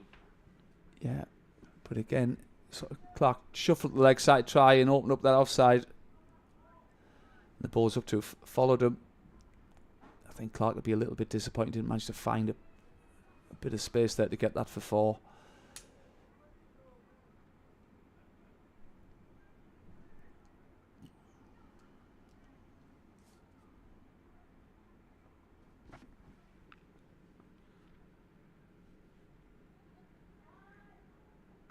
Oh, what a shot.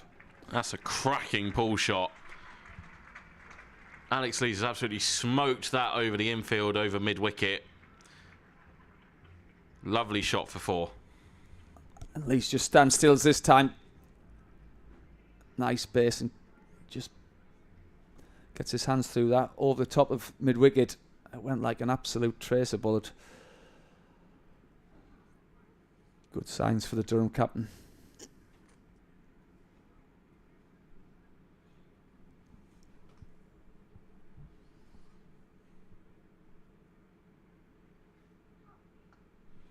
He'll keep the strike for the beginning of the next over as well with that single. 26 without loss. Durham halfway through the power play, and we're halfway through the Women's World Cup final at Lords. England women have set Australia 151 to win the T20 World Cup.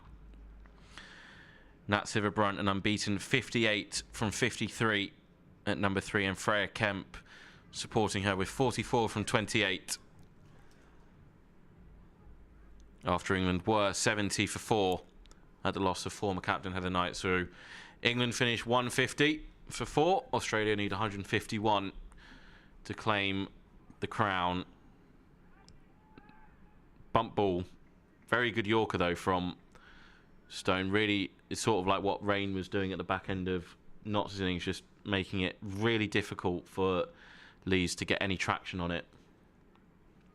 That's it. He's so strong, sort of punchy down the ground. Just that wide Yorker isn't a bad option. Obviously, there's a little bit of risk in there with third man up. That might be a thing where they can bring deep square leg in and put the third man back if he wants to go through that pan, as Lees just leans on one through mid-on, top of middle leg stump. Again, the timing and the balance of Lees, obviously a man in form off the back of those runs we've just spoken about, but that's absolutely fantastic cricket shot. You mentioned he's quite a punchy down the ground player, and then he proved you right. But luckily not so going for this same plan. Still going to keep the 2 men either side of the wicket back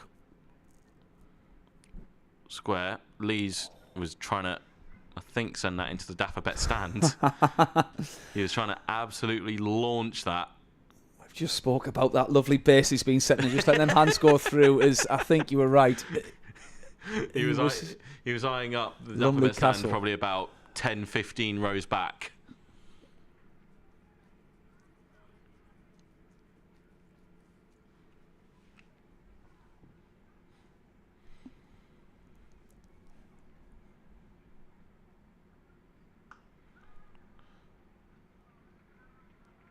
heart-in-mouth moment temporarily there for Graham Clark. He potentially thought that it was going to go straight to the Notts captain, but bounced just before. It'll just be one.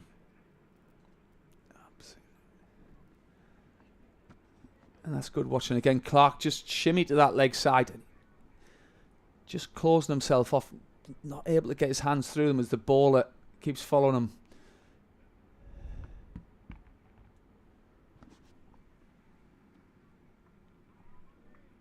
Should be just one.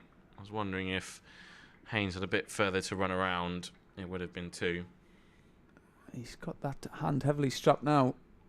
After that blow he took from vicious Joe Clark drive earlier on in the innings. Yeah, I wouldn't be surprised if he had it iced as soon as he got out, straight on the ice, and he had no chance of getting out the way. It was almost hit too well. He actually is now brought in from deep point, and he sent Liam Patterson-White out to the mid-wicket fence, so asking Graham Clark to hit against the wind. So Clark goes where Haynes just came from, and that is brilliant from Graham Clark's point of view. It brings up the second 4 of the over and 11 from it.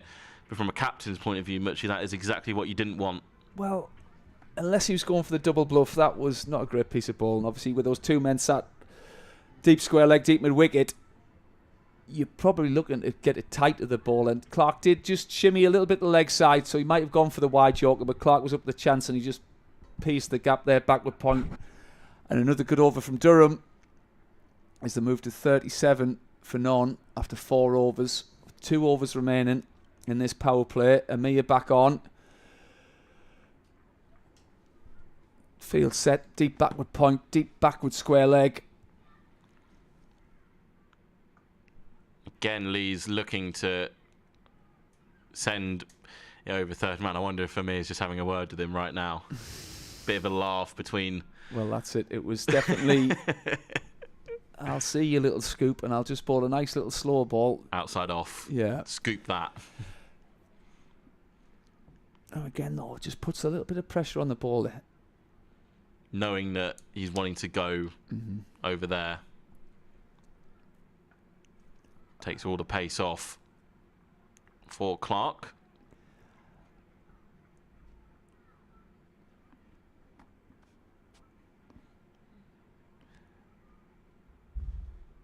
And who am I to say what Graham Clark should be doing is he's just got the record for the leading T20 run score for Durham, but he just keeps shimmying to that leg side and he just closes himself off with that sort of backward step. I'd rather go the offside or stand still just like that and belt it through mid-wicket. Stand and deliver. Absolutely. I think that's when Graham Clark's at his best. Obviously, just... He's got that nice punchy pull shot, hits through the line. Just if he's sort of back foot's going to square leg and he's just closed himself up, not managed to open up either side of the field until that one obviously outside of stump, which is where he's trying to target, but just limits him. I think if he's got both sides of the wicket opened up, that's when he's absolutely at his best. Oh, that is a cheeky shot. Was probably going to be given a wide from Mohammed Amir, but Graham Clark just gently pushes the bat at it and gets it over Moores for 4 more. Absolutely fantastic shot. Didn't panic there, just got it over the wicket keeper. 2 boundaries and 2 balls.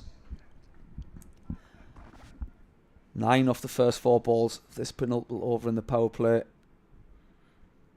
against the Notts trump card of Amir.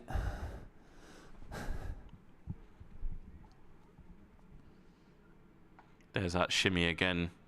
Muchie just took the step away. Gets 1. And that's it. I just feel as if he does get outside off stump and he's sort of in line to hit through, but if they do cramp him, it's just hard to get your hands through the ball. Like I say, it's very easy setup here in the commentary box, and he scored prolifically over the last few years. But I think that's been a bit of a trademark, the way he has stood still and sort of opened up both sides of the wicket. I feel he's just limited himself to one at the moment with that sort of setup.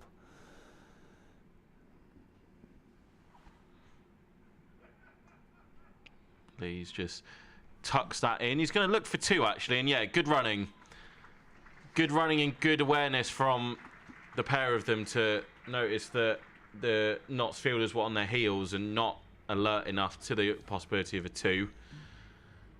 Absolutely. And that moves Durham to 49 without loss with 1 over left of the power play. And that hip flexor's definitely passed the test there as he charged up and down. And that's great awareness, great experience. Got the boundaries off the over. They've sat back. Nice clip into the leg side.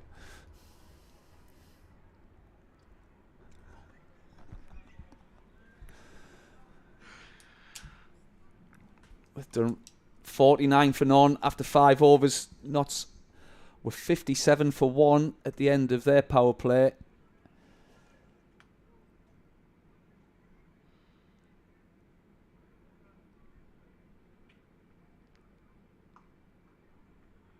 Oh. Don't need to take the risk there. No, and again, just held into the wicket. Graham Clark's just signalling to Alex Lees that was a leg cutter. And although that man is sat back on the 30-yard circle, Graham Clark timed that ball a little bit too well to scramble home for a single.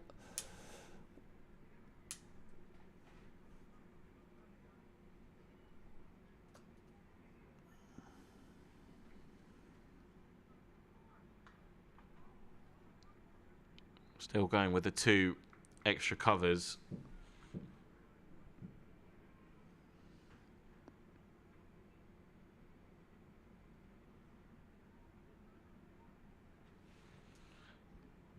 Two dots to start the final over in the power play. So Graham keeps his cool here. Yeah, I think we're going to see George Linder into the attack pretty soon. He's going through some warm-ups at short, fine leg. Him and Liam Patterson-White are pretty obvious candidates to come into the attack. It's high. Is he going to get away with it? He is indeed. It's going to plug a little bit and gone for 4. That's a 50 partnership between Graham Clark and Alex Lees. Such a prolific duo, right hand, left hand. They complement each other so well, and it's a yet another 50 stand between the 2 of them. Absolutely. Good start. Again, Clark signalling that was a leg cutter. He did well enough to get it up and over that 30-yard circle and just bounced away.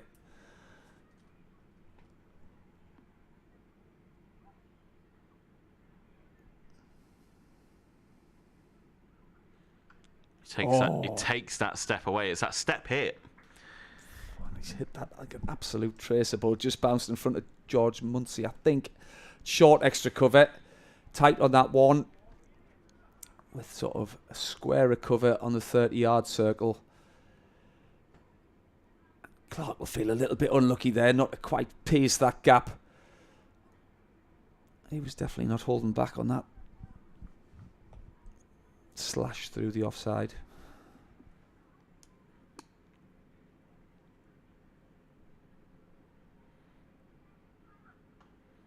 Attempts to go full, and that's lovely. That is lovely from Graham Clark. Attempted Yorker from Muhammad Ali, doesn't get it right, ends up in the slot, and Graham Clark's not going to miss out on that. And the thing I liked about that, I was just watching Clarkey in his setup there. Obviously, a few dot balls in this over, but he just looks so relaxed. And it's not like, oh, a bit tense, I need to get this one away. He's in his little bubble. And again, he got that ball, and he wasn't going to miss out twice in a row. He pieced the gap just straight of that straighter extra cover. Last ball of the power play for Durham. They're going to take a single. So 58 without loss off the power play for Durham, and only 3 bowlers used for Notts. 2 overs for each for Mo Ali, Mohammed Amir and Ollie Stone. Absolutely. And Notts were 57 for 1 at this stage, so we're 1 run ahead, 1 wicket less down. So a good solid power play. But I don't think Notts will be too upset with that. We haven't totally got away yet, as we now have Lindell coming into the attack. Bit of a trump card, a bit like Parky. Left arm orthodox. Really tries to target those stumps. Certainly a bit taller than Parky. It'll be interesting to see if he gets some purchase from this wicket.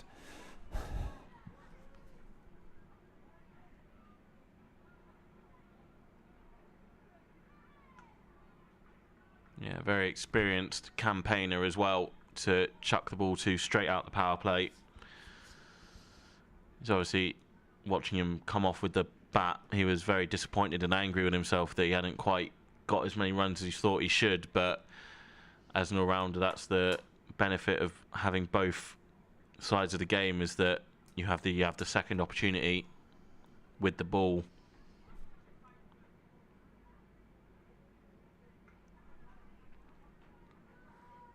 Lees will carve that out for one. Sorry, absolutely, and I think this is a stronger skill set. Obviously, a handy low order hitter in T20 didn't manage to get going today, but this is what Notts have got him here for: is these tidy overs in the middle of the innings. Clark using his feet, trying to get to the pitch of the ball. Just sends it for another single.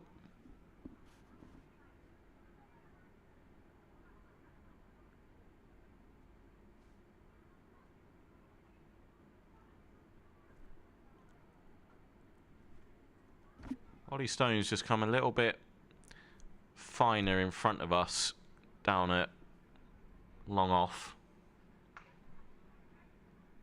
Leesy wants 2. He's not going to get it. It's a very tidy start so far from Linda, just 4 singles. I wonder if this may well influence Joe Clark's decision at the other end and go double change, double left arm spin with Liam Patterson-White from the Lumley end to follow. That's a lovely gap. Should be 2 this time. Comfortably so. That's it, and I think that's the other benefit of having a left-hand, right-hand opening partnership. Obviously, the matchup is possibly the left-hander to the left-hander's a batting side. Just makes you think as a captain. It's a tidy start here from Lindell. He's going to pick up a wicket as well. Maybe just a little bit of extra purchase, maybe a bit of extra bounce as well off that one. And it's a thick edge from Graham Clark that goes to backward point, and Notts get their breakthrough after the power play. Yes, there's definitely a little bit of turn there. As we talk about the possible change or possible option of 2 left-arm spinners, Ben McKinney strides to the crease.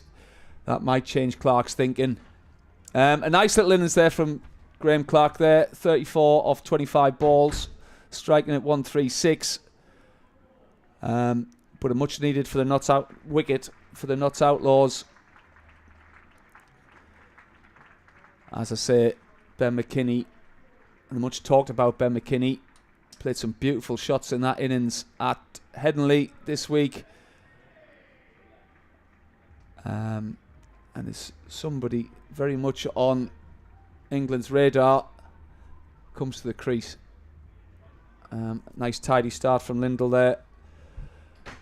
Going for just 6 runs and claiming that very important wicket of Graham Clark. Good to see Ben Stokes at his home ground. Obviously, it's been in the news a fair bit recently.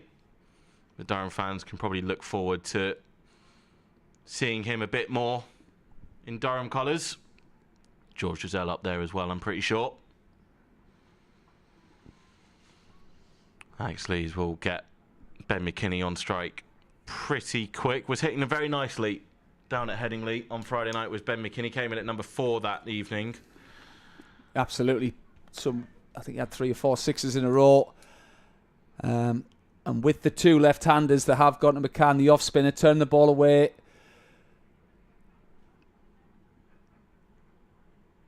It does seem to be gripping slightly, which will be a positive thing for Notts. And McKinney off the mark straight away. Just it's a nice check for Joe Clark. Just you don't have to worry about that opening partnership going to 10 overs, 11 overs, and therefore really taking the game away from you. Getting that wicket pretty soon after the power play to just bring someone new to the crease. Obviously, the matchup now is McCann to the two lefties. Oh, absolutely. And I think that opening partnership for Durham is so important. When Lees and Clark really do put a partnership on, Durham normally win more games than they lose. So they will absolutely take that. But this gives Ben McKinney a chance to bat for 12 overs. Really building innings, match-winning innings. He's got such power in his shots as well. Even that's not full face or not nowhere near like his full power, but even then could just tell it just pings off the bat differently with him. And a good start for McCann, so not able to apply a little bit of pressure out of the power play. 68 for 1 now, Durham. A further 99 to win from the remaining 12. Absolutely. Those floodlights have just sprung into action. Like you say, Michael Goff was on the radio a little bit earlier. I don't think they're making a huge amount of difference at the moment, but there are still some clouds rolling in.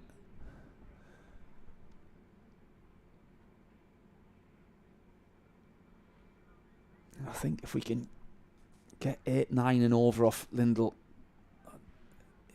he's getting lovely loop and a bounce with a bit of purchase. It's not easy. It's the exact same scenario that Nathan Salter and Callum Parkinson gave the Notts batters, though. Here you see the three fielders deep on the leg side. If McKinney's going to go for runs, he's going to have to take them on and go against the wind. Although the wind does seem to have died a little bit. Looking for Ashthorpe's favourite flag. It's not there today. It's not we got an Australian flag. What is that one flying just behind that? We had Banks Homes. We had this at the start of the county season, and I don't think me and Ash could figure it out. I'm not sure if it's been answered beforehand. I think it's the Roan Club. Perhaps it's the Roan Club's flag. I'm not sure. We'll do some homework and get back to you on that one. Leaves 27 off 21 now, and Linda doing a very good role here for his captain. That run rate starting to dip, and therefore the required run rate just starting to tick up slightly. Won't be a massive concern yet, but it's what Notts needed after Durham got through the power play without losing a wicket. Lees goes down towards us in the commentary box. It's just one to rotate the strike. But then we saw it from Holly Armitage in the women's game earlier, just having that one batter set bat through the innings, can be there at the end. As you well know, much in T20s, it's so much easier when you do have a set batter at one end. Absolutely. I think we saw that in the Notts innings, sort of when Clark got out. I think Benny Howell got it. His strike rate was sort of 130, 140, but there's a lot of runner ball. Whereas when you're in, it is hard to contain. You can keep knocking the ball around. And like we say, I think Notts would have been eyeing up 200 at the start after that strong power play. And Durham did fantastically well to pull them back, which just gives us that little bit of respite that we don't have to go against Lindell here. Again, limit those dot balls, the key. Final ball of Linda's second over. Lees goes for a big slog sweep and should have been run out. Tom Moore's the keeper. How has he missed that? Lees gets a life. 72 for 1. That was all action, that ball. LBW shouts, people stranded in the middle. And I think it was pretty close from the throw coming in from the overthrow. If McKinney was going to be in, but those long legs probably would have got him home. But no, we survive. And like I say, I think this is a big part of the game. McCann is somebody they might look to have a go at more than the more experienced Lindell.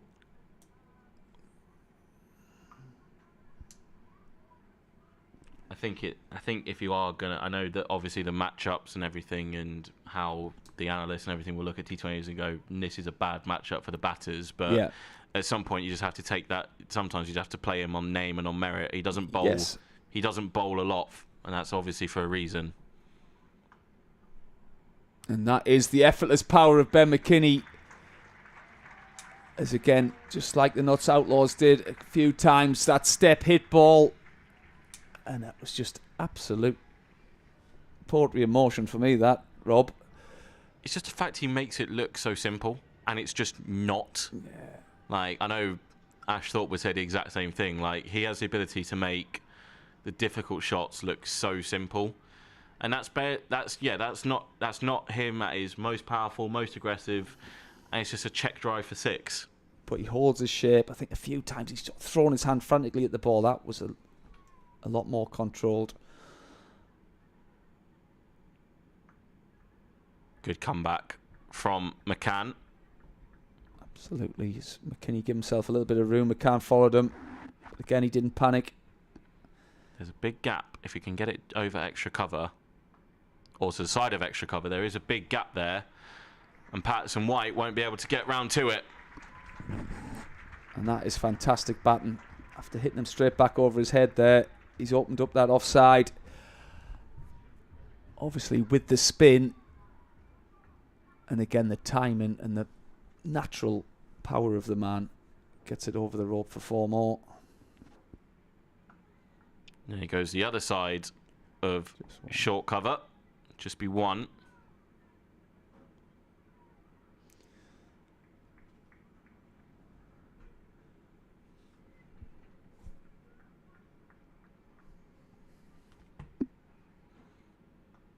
Lees goes to the offside as well. That's going to run away and spin away from Munsey, but Patterson White is able to take it and stop it for 4. It will be 2, and at the halfway stage, Durham move to 86 for 1, chasing 167 to win. That's it, and that was a fantastic over. That was the over Durham needed after Lindell had just put the brakes on slightly there. McKinney with a fantastic shot down the ground. Then 1 east through extra cover. As we look to have a little bit of Benny Howell, whose little change-ups won't be that easy on this wicket. It just becomes almost impossible to pick at times, because probably goes down as a seamer, but him and Ben Rain are incredibly similar. They have those spin variations and knuckleballs, and he's got everything. Benny Howell, just horrible to face, and he just hides them as he runs in.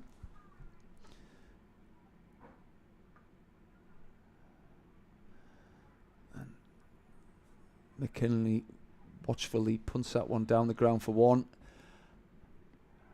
Slightly behind where Notts were there. Notts were 92 for 2 after 10 overs. So slightly behind, but like we say, Durham really put the brakes on that second half of the innings. So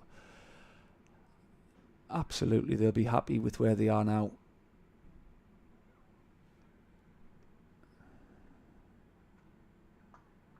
That's very straight and very well timed from the Durham captain. Is that yeah, it was, you're right. Ollie Stone running around from long off, trying to get round, but unable to pull it back inside the rope. And he pieced the gap absolutely perfectly there. So Ollie Stone had half a chance of getting that, but again, those Gray Nichols bats sounding very nice at the minute. Oh, Do you want to reevaluate what you just said about the Grey Nickel with that shot? He missed that one. That's all right. If it hit the Grey Nichols, it would.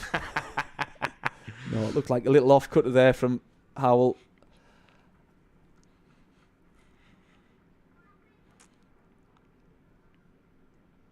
Sleaze gets in that little crouch position of his. Howell in. Don't think it's going to carry. Yeah. Benny Howell's not happy. I think he feels that Patterson White should have been making a better attempt at that, but maybe that wind It's also the floodlights may have, I'm not sure whether it is in his line, possibly is. When it goes into those lights, you lose total sight of the ball. He just knew it was a Grinkles bat. He thought it was going to carry easy, so he's plinked that one. 6 off the first 4 balls of the over. That slams it. That's the one, get back. Oh. Good choice in the end. There was never a run there.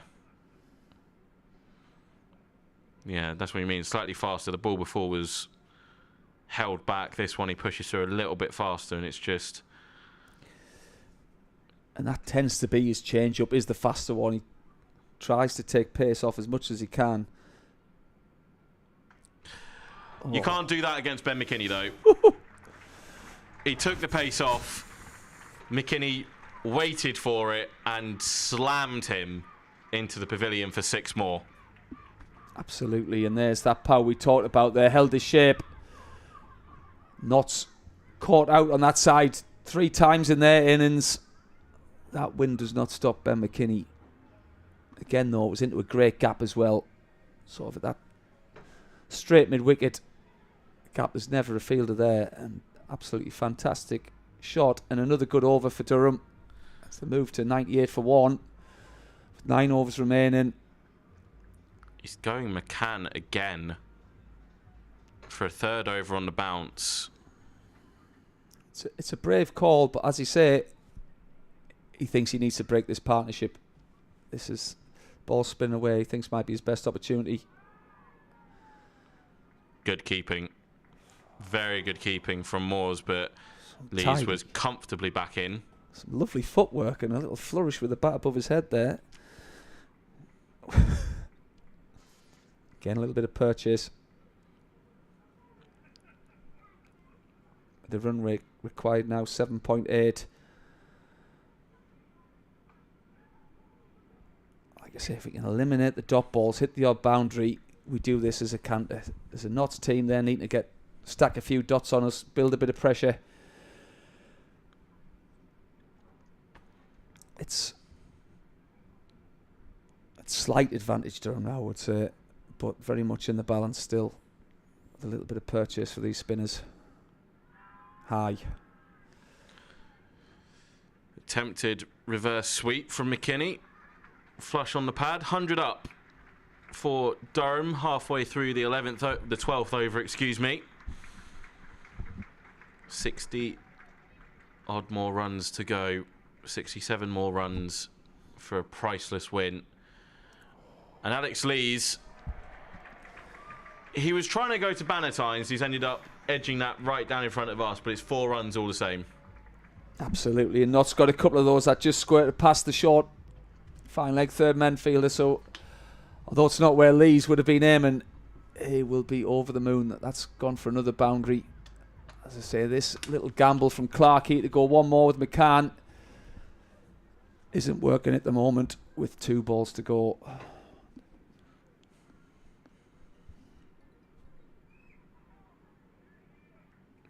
There is just enough there. I don't know, it's the awkward one of, like you say, you don't... The matchup, all the numbers will tell you keep him on for the 4th, but these two have shown a willingness to get after him. Absolutely. And with them knowing it's his final over next, would it be even more of a let's go after him? But we'll wait and see for that. 105 for 1, 8 more overs after this quick glove break for Alex Lees, and I think Ben McKinney wants a drink as well. It looks like it's Patterson White coming on from this end. It's interesting. Obviously, I think, like you said, Notts need to break this partnership. There is a little bit of assistance for the spin. Sticking with that. The other thing Clark's going to have to think about here is whether he brings one of his experienced quick bowlers on to try and break the partnership. Pretty sure that's Scott Borthwick in there with Ben Stokes, obviously very good friends. But I think it's very obvious from the shots that Ben McKinney has been playing so far this innings and down at Headingley as why he is very highly rated on the international setup. Lees pulls that away viciously. Will just be 1 to the captain. Fantastic piece of fielding out there. Gets in, fires that ball in. Again, Lee's in a real strong position to pull that ball to mid-wicket. Absolutely. And you can see sort of England have seen something in Ben McKinney from a very young age. And he's been in lots of Lions tours and other sort of spin camps and things like that. And you can absolutely see why. Big double 100 this year in the championship. Was probably one score away from getting a nod ahead of Emilio Gay, who's had a good start to his international career. The change works. Patterson White strikes. Third ball, Alex Lees goes for 43, trying to push it away and keep that scoring rate up, but just slides through the Durham captain's defence. And that's a big wicket for Notts. These two were really going well as Lees goes for 43 off 35 balls. And it wasn't his most elegant shot with the sort of field setback on the leg side. He's just lost his shape a little bit there. And Patterson White manages to squeeze one through. As another elegant batsman walks to the crease in David Bedingham. And a real sort of strength of his is limiting the dot balls, finding the gaps, running it round. These two also possess immense power. So it's now finding that right tempo. 60 more still to win off 45 balls. What's their method of trying to solve this puzzle? Oh, I think they'll have the boundary options in the head, but if they can just limit those dot balls, as we've mentioned before, it just keeps the board ticking over. As he just works that one to mid-wicket to get off the mark again. And Patterson White is very much in the Parky mould of driving this ball into the pitch. It's just holding slightly, a little bit tricky for the batters. McKinney probably looking to eye up that leg side again. So he clips this one to mid-wicket for a pretty risk-free one. Get up the other end. Just try and get a partnership again here with Bedingham.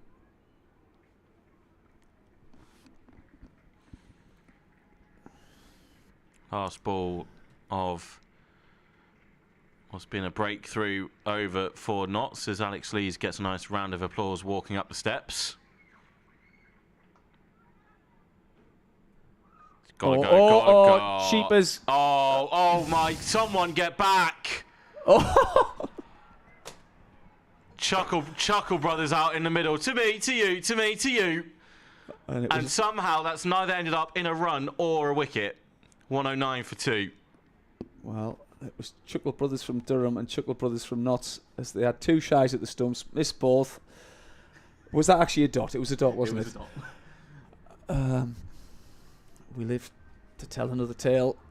But again, I was just about to mention that the mid-wicket and extra cover had really got in tight. As I say, Notts are trying to get those dot balls. Durham are trying to eliminate them. And as the old adage goes, never run on a misfield. They didn't run, but they're still there. Good first over, though, from Patterson White there. Going for 4. Also claiming that wicket. Should have arguably had a second as part of the team cause. Linda switches ends. 2 overs, 1 for 9 for him. He's been really good as well for his captain. Starts off well again, and McKinney's again got the 3 boundary riders leg side. He does have the wind in his favour this side. He just keeps on having a little glance to there. Be interesting to see if he does try and take those boundary riders on, or he's just happy to drop it in there and get his 1s and 2s. I wonder if he might try and go fine. He's going to try pick the pocket, but well covered from the Notts fielders. They'll keep him to 1. And again, it's that right-left partnership now of someone is going to have the short side. Or not, it's not really a short side, but someone's going to have the wind. I wonder if that might be thinking for lower down the order as well. Ollie Robinson, Ben Rain, Absolutely. Do they try and keep a right-left combo out there now at all times? That's it, and that's the versatility of Rain as well. With the T20 to his name, he's not a bad man to come in as a left-hander if you have to keep the right-left going. Were you surprised that it was McKinney at 3 and not Bellingham, or is it just that flexibility that we've just been talking about of the batting order? I also think with sort of the not spinners being both, well, the two more experienced spinners being left-arm spinners, that might have played a part in that. But no, I'd be trying to give McKinney as many balls as he can, as I think he's more suited to, obviously he was out the power play, but the earlier the better. Use Bellingham's experience right in the middle of the innings as well. Because this is the pressure cooker now. With Durham 112 for 2. 3 runs off this over so far. 2 balls to come.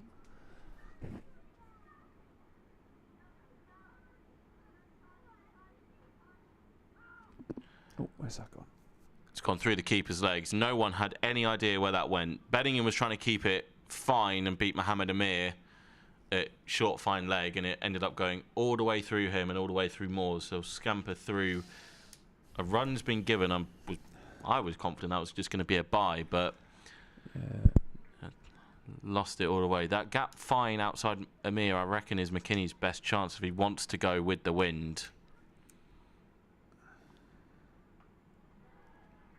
Oh. Instead, he tries to go for cow corner, and it's straight to Jack Haynes. So McKinney gone for 26 off 20. And a good period of pressure for Notts right now. They pick up wickets in back-to-back overs. The captain goes, and McKinney goes with him.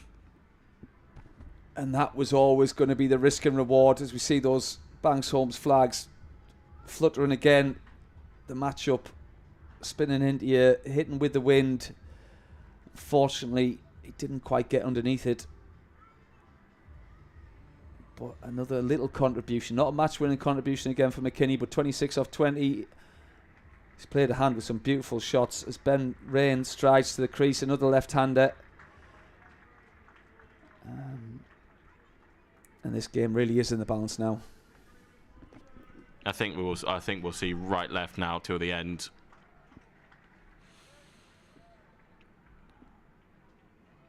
Have we got any more lefties to come after Ben? Robinson. You fancy throwing Callum Parkinson up the order? Oh, Even then, I think he's a right-hander anyway with the bat. I think this is the last left-hander. Yeah, with Will Rhodes not being in this. No, but still got plenty of firepower left. Colin Ackerman, Ollie Robinson, Casey Aldridge, Matthew Potts. Oh, absolutely. I mean, 113 for 3.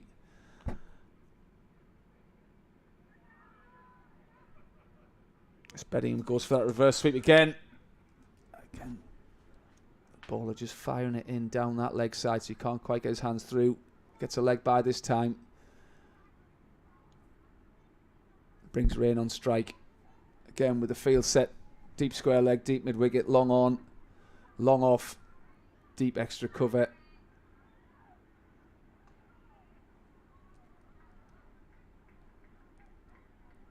As Ben Rain takes his easy single into the leg side, hits it to mid wicket. Get a few sighters before he plays that big shot.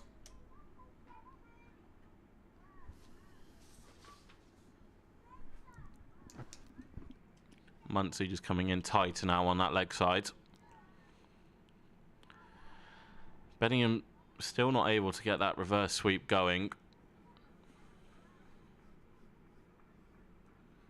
He's trying though. He's had 3 goes at it now. He's identified that as a lower risk shot for him. Like I say, if he can just beat that short third man, it isn't a bad option.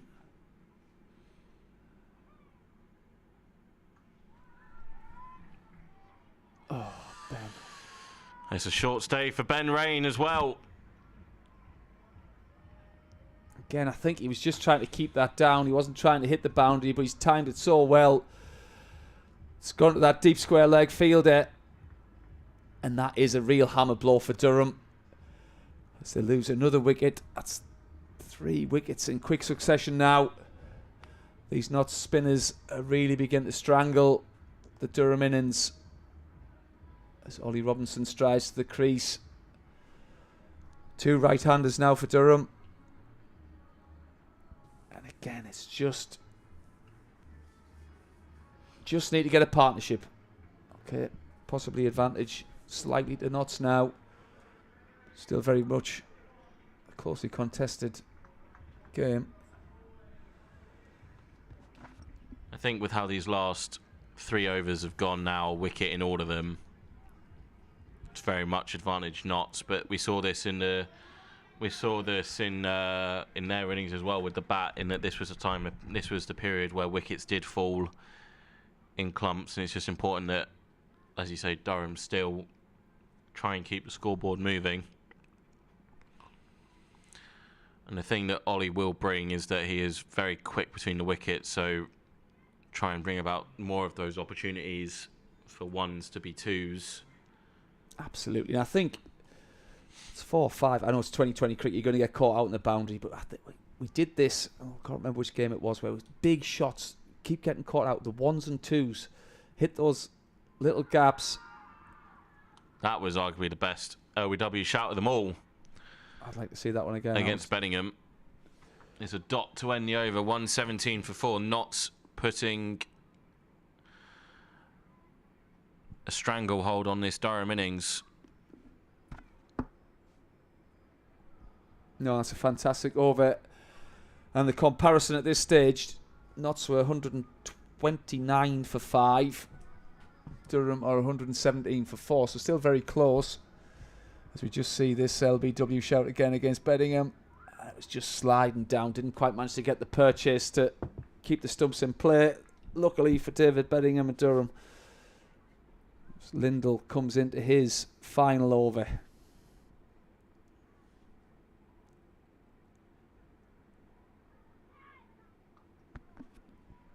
Robinson carves him away through cover, but the sweeper will keep it to 1.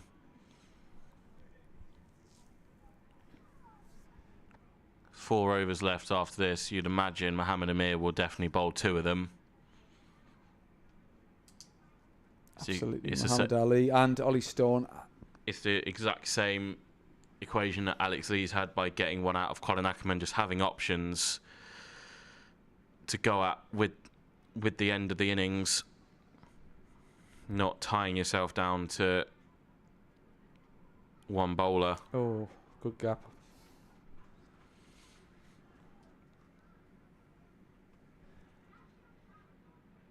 Absolutely, and having that left arm option, right arm option to maybe take the wind out of the equation, wide Yorkers and things like that, something Durham didn't have, did they?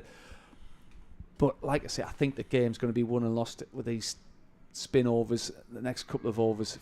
Just keep the scoreboard ticking over. I know I keep saying this, don't have to go for the big shot. Take your 1s and 2s. As that extra cover field is really in tight there, trying to narrow down that angle for Ollie Robinson through extra cover. So if he does beat him, he's got those 2 sweepers, hopefully keeping it to maximum of 2, protecting that boundary. Don't panic, Ollie, please.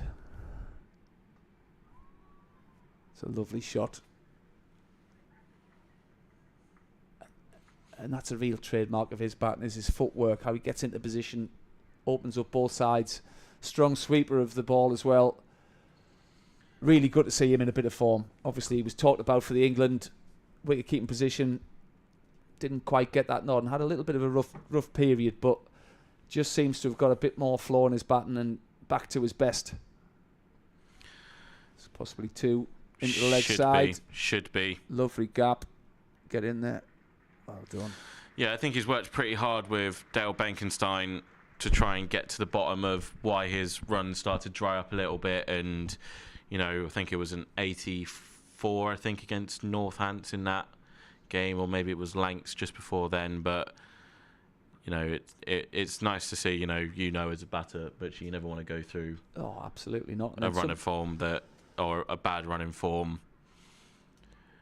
You're doing everything you can, as they're going to look for 2 here, but good fielding will keep it to 1. So 6 off the over, 44 from 4 required But you know, as a batter, you have a couple of low scores and you're thinking, right, I don't want my next one to be a low one, so maybe you start overthinking or over-trying or over-complicating things.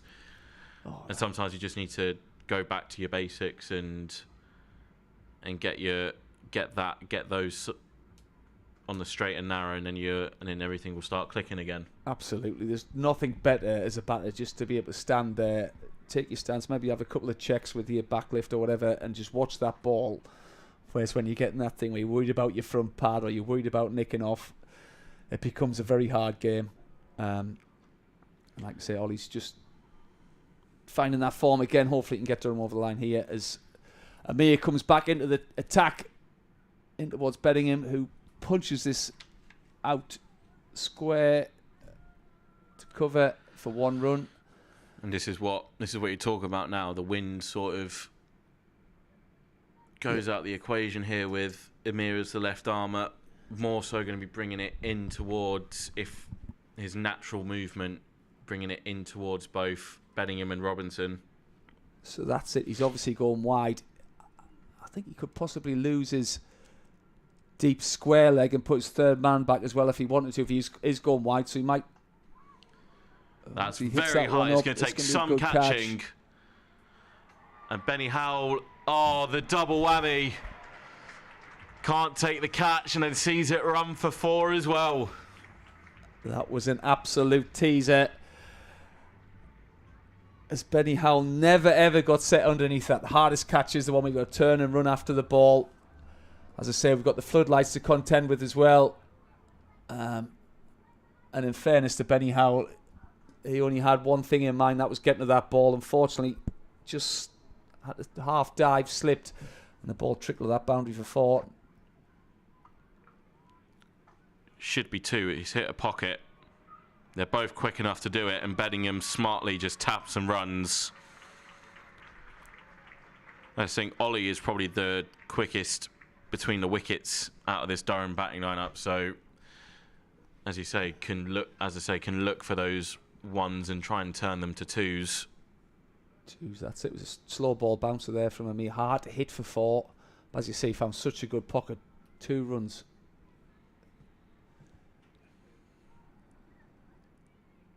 That's should be wide.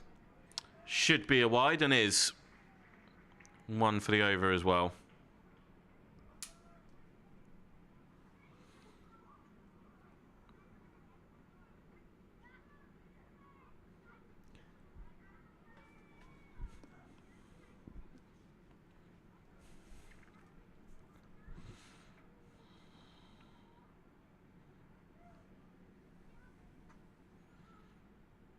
That's a wide. Another wide.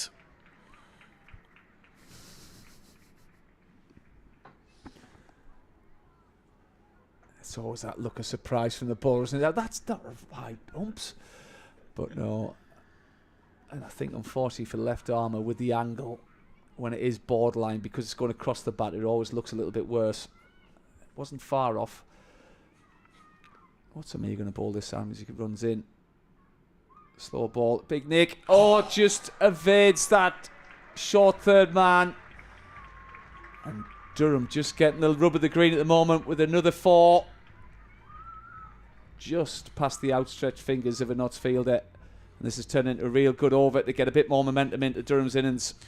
2 balls to spare. It was 11s, needed exactly 11s before this over. 2 boundaries, a 2, a 1. There's your 11, and you got the 2 wide, so you're at 13. That's it, Nick, with sort of Lindell getting his 4 overs out the way. It bowled fantastic well. 19 runs, 2 wickets. Their trump card on this wicket's finished as Robinson opens up the offside, hits this over extra cover. It's bouncing away. Howells after it. And Durham pick up another 2. There you go. That's 15. You've got it down to 29 already. You'll take another single or 2 here to leave you 28 or 27 from 3. As we had in the women's game earlier, it was 31 off 3. And that 18th over was how can you take 10 or 12 off it to leave yourself with not too much to do, to allow yourself with some good deft bowling. That's it. These two have faced 8 balls and 11 balls now. They've got used to the pace of the wicket. I hope they can get us over the line. He goes across the stumps, whips this into another good gap. There's 2 on. Outstanding running. Just a tap and go. There you go. 15 off the over 17, I think, actually. It was 44, wasn't it? And it's now 27 required. Absolutely, and you can see Ami is absolutely fused there. He's bowled a pretty good over. Could quite easily have had 2 wickets. But he's got Durham right back in the game here. He's just throwing the cap on the ground as well. I hope for his sake he's not going to go field in front of some fans, because they would let him know. He's gonna be spared those. Which is going to be Mo Ali to replace George Linder. And I think these batters would prefer that. Obviously, how many overs has Patterson White got left? Is he bowled out as well? Has he? I think he may have 1, I think. No, he's got two. He's got 2 left. It would be a risk though now to go pace off in terms of full pace off. That's a great shot down the ground. This should be 2 again. There's a bit of pace taken off it. Go Ollie. He's gone. Get in. I think with a good throw that might have been tight. Exactly. It was always going to be to Ollie's end. So he was always going to make it. Fantastic ball. Dug out well from Bedingham. I think either the ball or the stumps or something took a little bit of pace off it, which just meant I think Ali might have got a flick. Got a flick on it.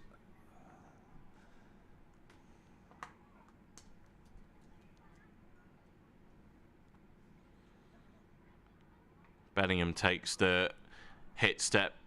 They'll settle for 1. I think that was out the back of the hand. Slow ball seemed to have a bit of dip on it.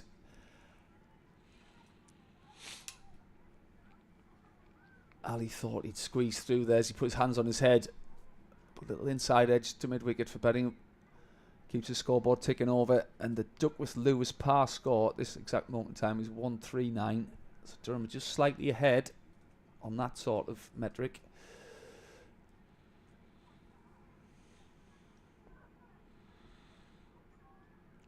Robinson goes for the Butler scoop. Oh. But Ali saw him coming, changed the angle, and Mohammad Namir takes a simple catch. I think he's still angry from his previous over. Throws the ball on the ground. But a very tall wicket for Notts. Robinson, who just looked like he was getting going, is gone for 17 off 10. And Durham lose their 5th. Absolutely. Taking all the air out of the ball there. Robinson went for the scoop. Good catch coming forward from Amir, who's just had a little telling off from umpire Goff there for throwing that ball into the ground. As Colin Ackerman comes to the crease, another very destructive batsman when he gets going. Struggled a little bit to get going at Headingley the other night. But around this time last year, in fact, I think it was around this time last year, I came for a good colleague of mine, Paul Gerard's retirement day. I was sat in the stands and he put a real show on. 80 off, next to no balls. Yeah, me and Ash were on commentary for I that. think it was against Notts as well. So that was quite the feat and display of T20 batting. He was also a runner ball. He was about 18 off 17. And then went and ended 80 off 35 or something to that effect.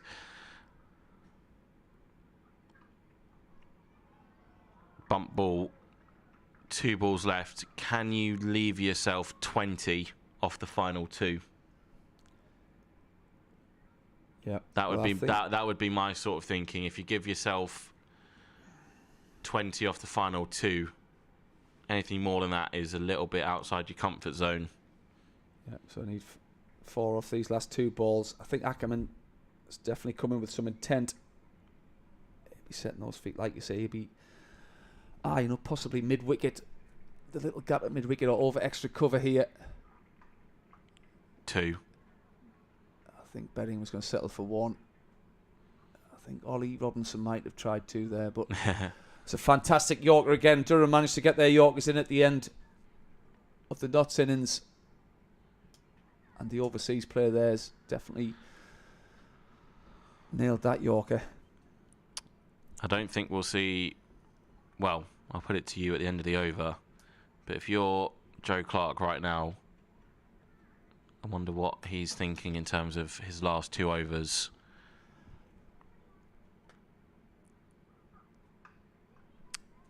Off pace.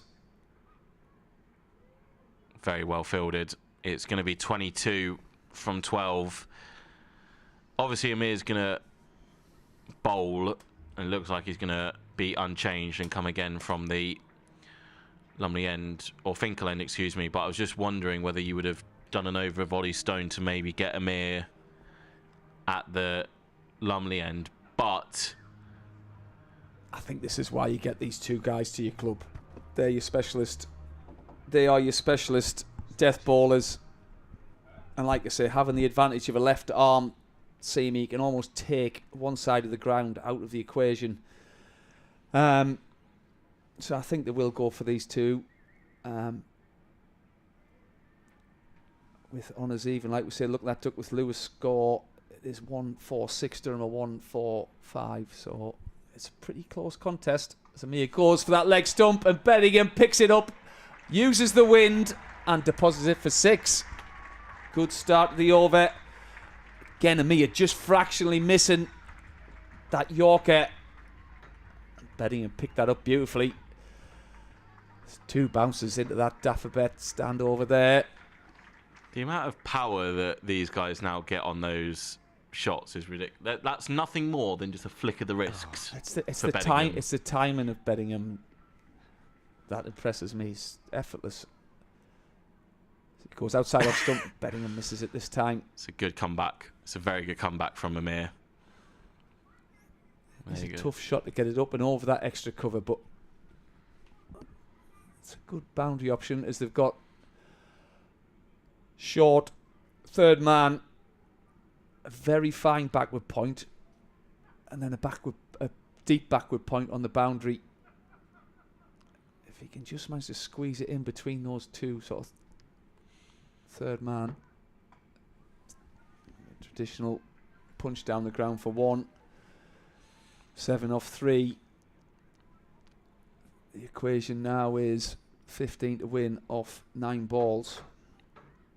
So Durham needing 2 more boundaries here. Definitely want one more out of this over. Couple of 2s. But also you want these 2 at the end. Oh no. Ackerman's got to go. And to be honest, he should be leaving that. There's a good chance that gets given a wide. It's a wide, but the composure when you're looking for that boundary is very hard to leave those. If he just got a little bit more on it, he knows that's 4.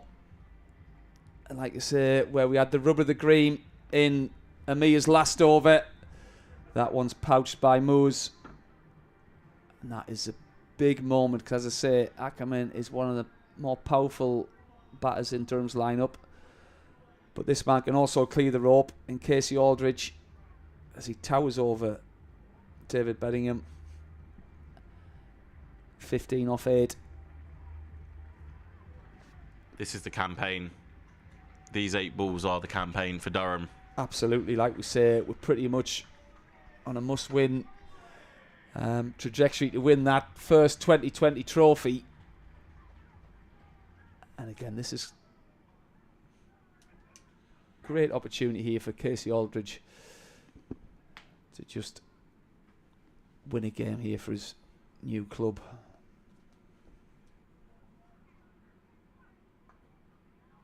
He wants 2. And they get 2. Yeah, straight away, as soon as he set off, there was no doubt in his mind that he could get back. So that's 9 off the over. Obviously the wicket, 1 ball left. This is a free hit for me. He should treat this as a free hit. I'm with you. Bellingham at the other end, who's 20 off 17 balls.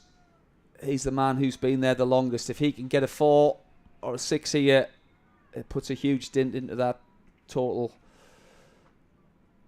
think he's going to go wide Yorker. He's gone wide. It's a bit of a length ball. Just back up. Just going to be 1. So Aldridge will have the strike, and it's going to be 12 from the final over to keep Durham's T20 campaign alive. And perhaps unsurprisingly, he's going to stick with Mo Ali from the Lumley end. Absolutely, and Durham are going to have to hit into the wind if they go to the leg side. Aldridge might look to open up extra cover here. Some good change-ups from Ali. Keeps you guessing. But the equation is simple. Durham need at least 1, possibly 2 boundaries this over. So he's got long on, long off, deep mid-wicket, deep backward square, deep point. Those are the 5 out. He's got to be going middle and leg and straight here, really, with that protection on the leg side. Very good Yorker. Very good Yorker. Fired in at the pads and at the boots. I think that's going to be the plan, sort of those straight Yorkers with some pace-off options as well. I don't think he'd be going into the pitch. You can't take that risk, knowing how Bedingham can free the arms and half the deficit in 1 shot.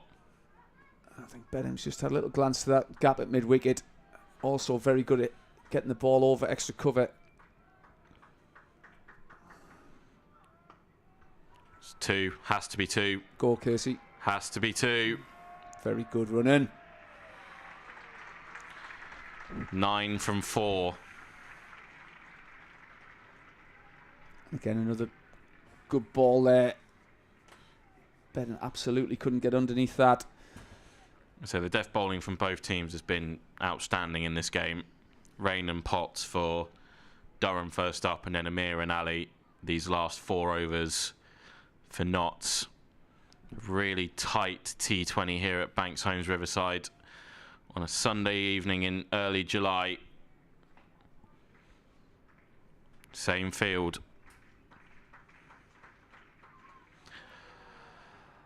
It's going to be a bye. 8 off 3. Casey Aldridge, it's over to you. Again, it was the pace-off option. It was probably in that hit zone, that step hit zone. Benningham's a little bit upset with himself there. But that change of pace was good enough to deceive Bedingham. 3 balls left. 8 to win.